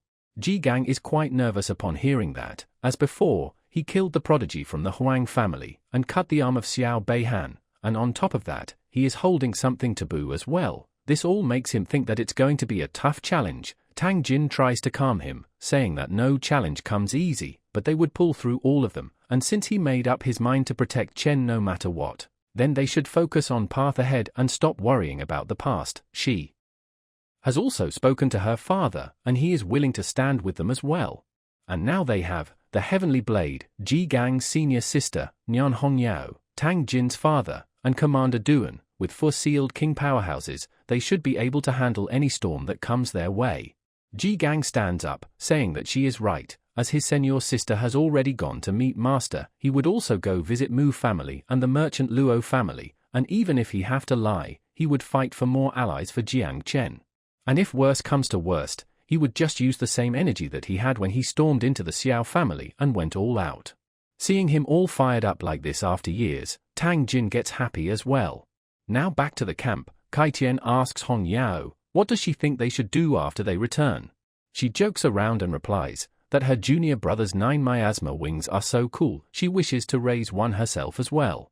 Kaitian calls her a silly girl and asks her to be serious for once. She replies, Great Xia has 0 tolerance for taboos, and he knows it as well, and even if he could not fix it, how could she? She then asks if he can just chop down Grand General with 1 chop instead. But Kaitian smacks her on the head and tells her to watch her tone. and thinks that all of his life's reputation, and he ended up taking in a bunch of weird disciples like them. She then asks, why is he so bent on protecting Jiang Chen? He replies that when he took her in as a disciple, it was just because she wore a red armor, and he thought that it looked cheerful. As for taking Ji Gang, that was even more random, as he mistook him for an old customer outside a club, and he laughs about thinking that. He continues that back in the day, when the Xiao family heir tried to forcefully marry Tang Jin, Ji Gang went to stop it, and he was also ready to lay down his life to protect him. Not everything needs a reason, he only does it because he cares about it. And Jiang Chen is also same. The moment he met him, he knew that they would get along, so he just went along with Ji Gang's wishes, and now since he is his disciple, why wouldn't he want to protect him? Hong Yao laughs and tells him that she knew he is the best teacher in the world. He only acts tough, but he is so protective, and Kai Qian tells her to stop flattering him, but she tells him that there is one way to truly protect their junior brother. Great Xia's highest military commander, one of the three invincible supreme. Jiang Wushuang's grandfather, the martial god, Jiang Xuanji. Now at Pajuan Cavern, Myriad Race's battlefield. We see someone's punch creating a huge crater on the ground and many people being flung away. We see he is invincible martial god, Jiang Xuanji, who says that the Myriad Races dare to invade Xia, they have to kill them without mercy. He orders his men that Myriad Races should quiet down for a while after the battle, hence they must guard the entrance to the cavern. Suddenly, Wushuang contacts him, which makes him wonder why is he doing so now, as he should be in the prodigy camp. But instead of Wushuang, it turns out to be Kai Qian, who greets the martial god. Martial god asks him if he reached him through Wushuang, and did he got into some trouble in the camp, but he replies, not at all, he is doing very well. He contacted him because he wanted to make a deal with him, and the martial god tells him to speak his mind. Kai Qian tells him that he has taken in a disciple named Jiang Chen, a divine-level creation type, but he possesses the taboo 9 miasma wings and he wants him to protect his life. The martial god is shocked upon hearing that, and says that he must be joking, as Great Xia has always believed that it's better to kill than let any taboo go free, and does he really think that the martial god is all-powerful? But Kai Qian asks, isn't that true, and martial god asks him to name the terms. Kai Qian asks if he has heard of the Hall of Taishu in Yunmeng Marsh, only he knows the way there in all of Grand Xia, and he can take Jiang Wushuang there and give him something fortuitous. Hearing which, martial god recognizes it as the legendary treasure trove of the heavenly Tao, and if Wushuang can go there, his cultivation will advance greatly. Martial god replies that he can agree to his terms, but on one condition: Jiang Chen is not allowed to use the 9 miasma wings during the prodigy tournament, and if he cannot take first place on the Great Xia's overall prodigy leaderboard, he will throw him into the Myriad Race's battlefield to fend for himself. Kai Qian is taken back from hearing that, and martial god tells him that if he really wants to save his life, he has no other choice. Kai Qian agrees with his condition, and thinks that sending him to the battlefield is still better than him being killed by General Xiao and others as soon as they return. Meanwhile, martial god is planning something else, as the 9 miasma wings, an ancient exotic species, it's impossible for it to reach a natural calamity scale in this era. Besides, this generation of Great Xia has produced 3 other divine-level talents, and Jiang Chen is only the 4th, and he is a creation type. Without using his taboo, he won't even be able to pass Wushuang's test, let alone take the first place. And even if by some miracle, he stirs up some trouble, as a martial god, he could wipe out any evil spirit in this world in seconds. Back to the Qianjiao camp, Chen asks, have they officially entered Yunmeng Marsh now, and does anyone remember their way here? And Hanqiu replies, in these constantly shifting dimensional fragments, remembering the path is impossible. The heavenly blade relies on aura to lead the way. It said Yunmeng Marsh has 10 layers, with the 10th and 9th being relatively safer. The deeper they go, the easier it is to get lost. Her grandfather got lost in the 7th layer years ago. They all sit down, as Chen tells them that he already feels lost, and since the path cannot be remembered with their eyes and brain, they should meditate and let their spiritual sense guide them, which they both agree with. Inside there, Chen notes that there is no wind in his mind, yet the tree of all things is drifting towards something, and wonders if it's leading the way. Or maybe there is something ahead that the tree of all things is desperately craving. Suddenly on the tree, he notices that it bore a fruit. As he picks it, we see it's a function fruit, which lets him copy abilities. Chen is quite surprised upon receiving it, and thinks, in the prodigy camp, everyone's a top-tier prodigy, so he can pick anyone he wants, and of course, the most valuable targets would be Jiang Wushuang, Bai Fang, and Tang Ying. But he realizes that he cannot do that, as the ability copy is random. He might end up with some garbage skill, which makes it hard to choose, and wonders if he should just take a gamble. Kaitian tells everyone that they have reached the 6th layer of Yunmeng Marsh, called the Tiaxu Realm. Up ahead is the Hall of Taishu, the place he is bringing them to, and orders them to get ready. Suddenly he gets the idea to copy ability from the old master. As he told him that he only knows one move, and he even wanted to take him as a disciple, so he would just copy it and consider it a lesson.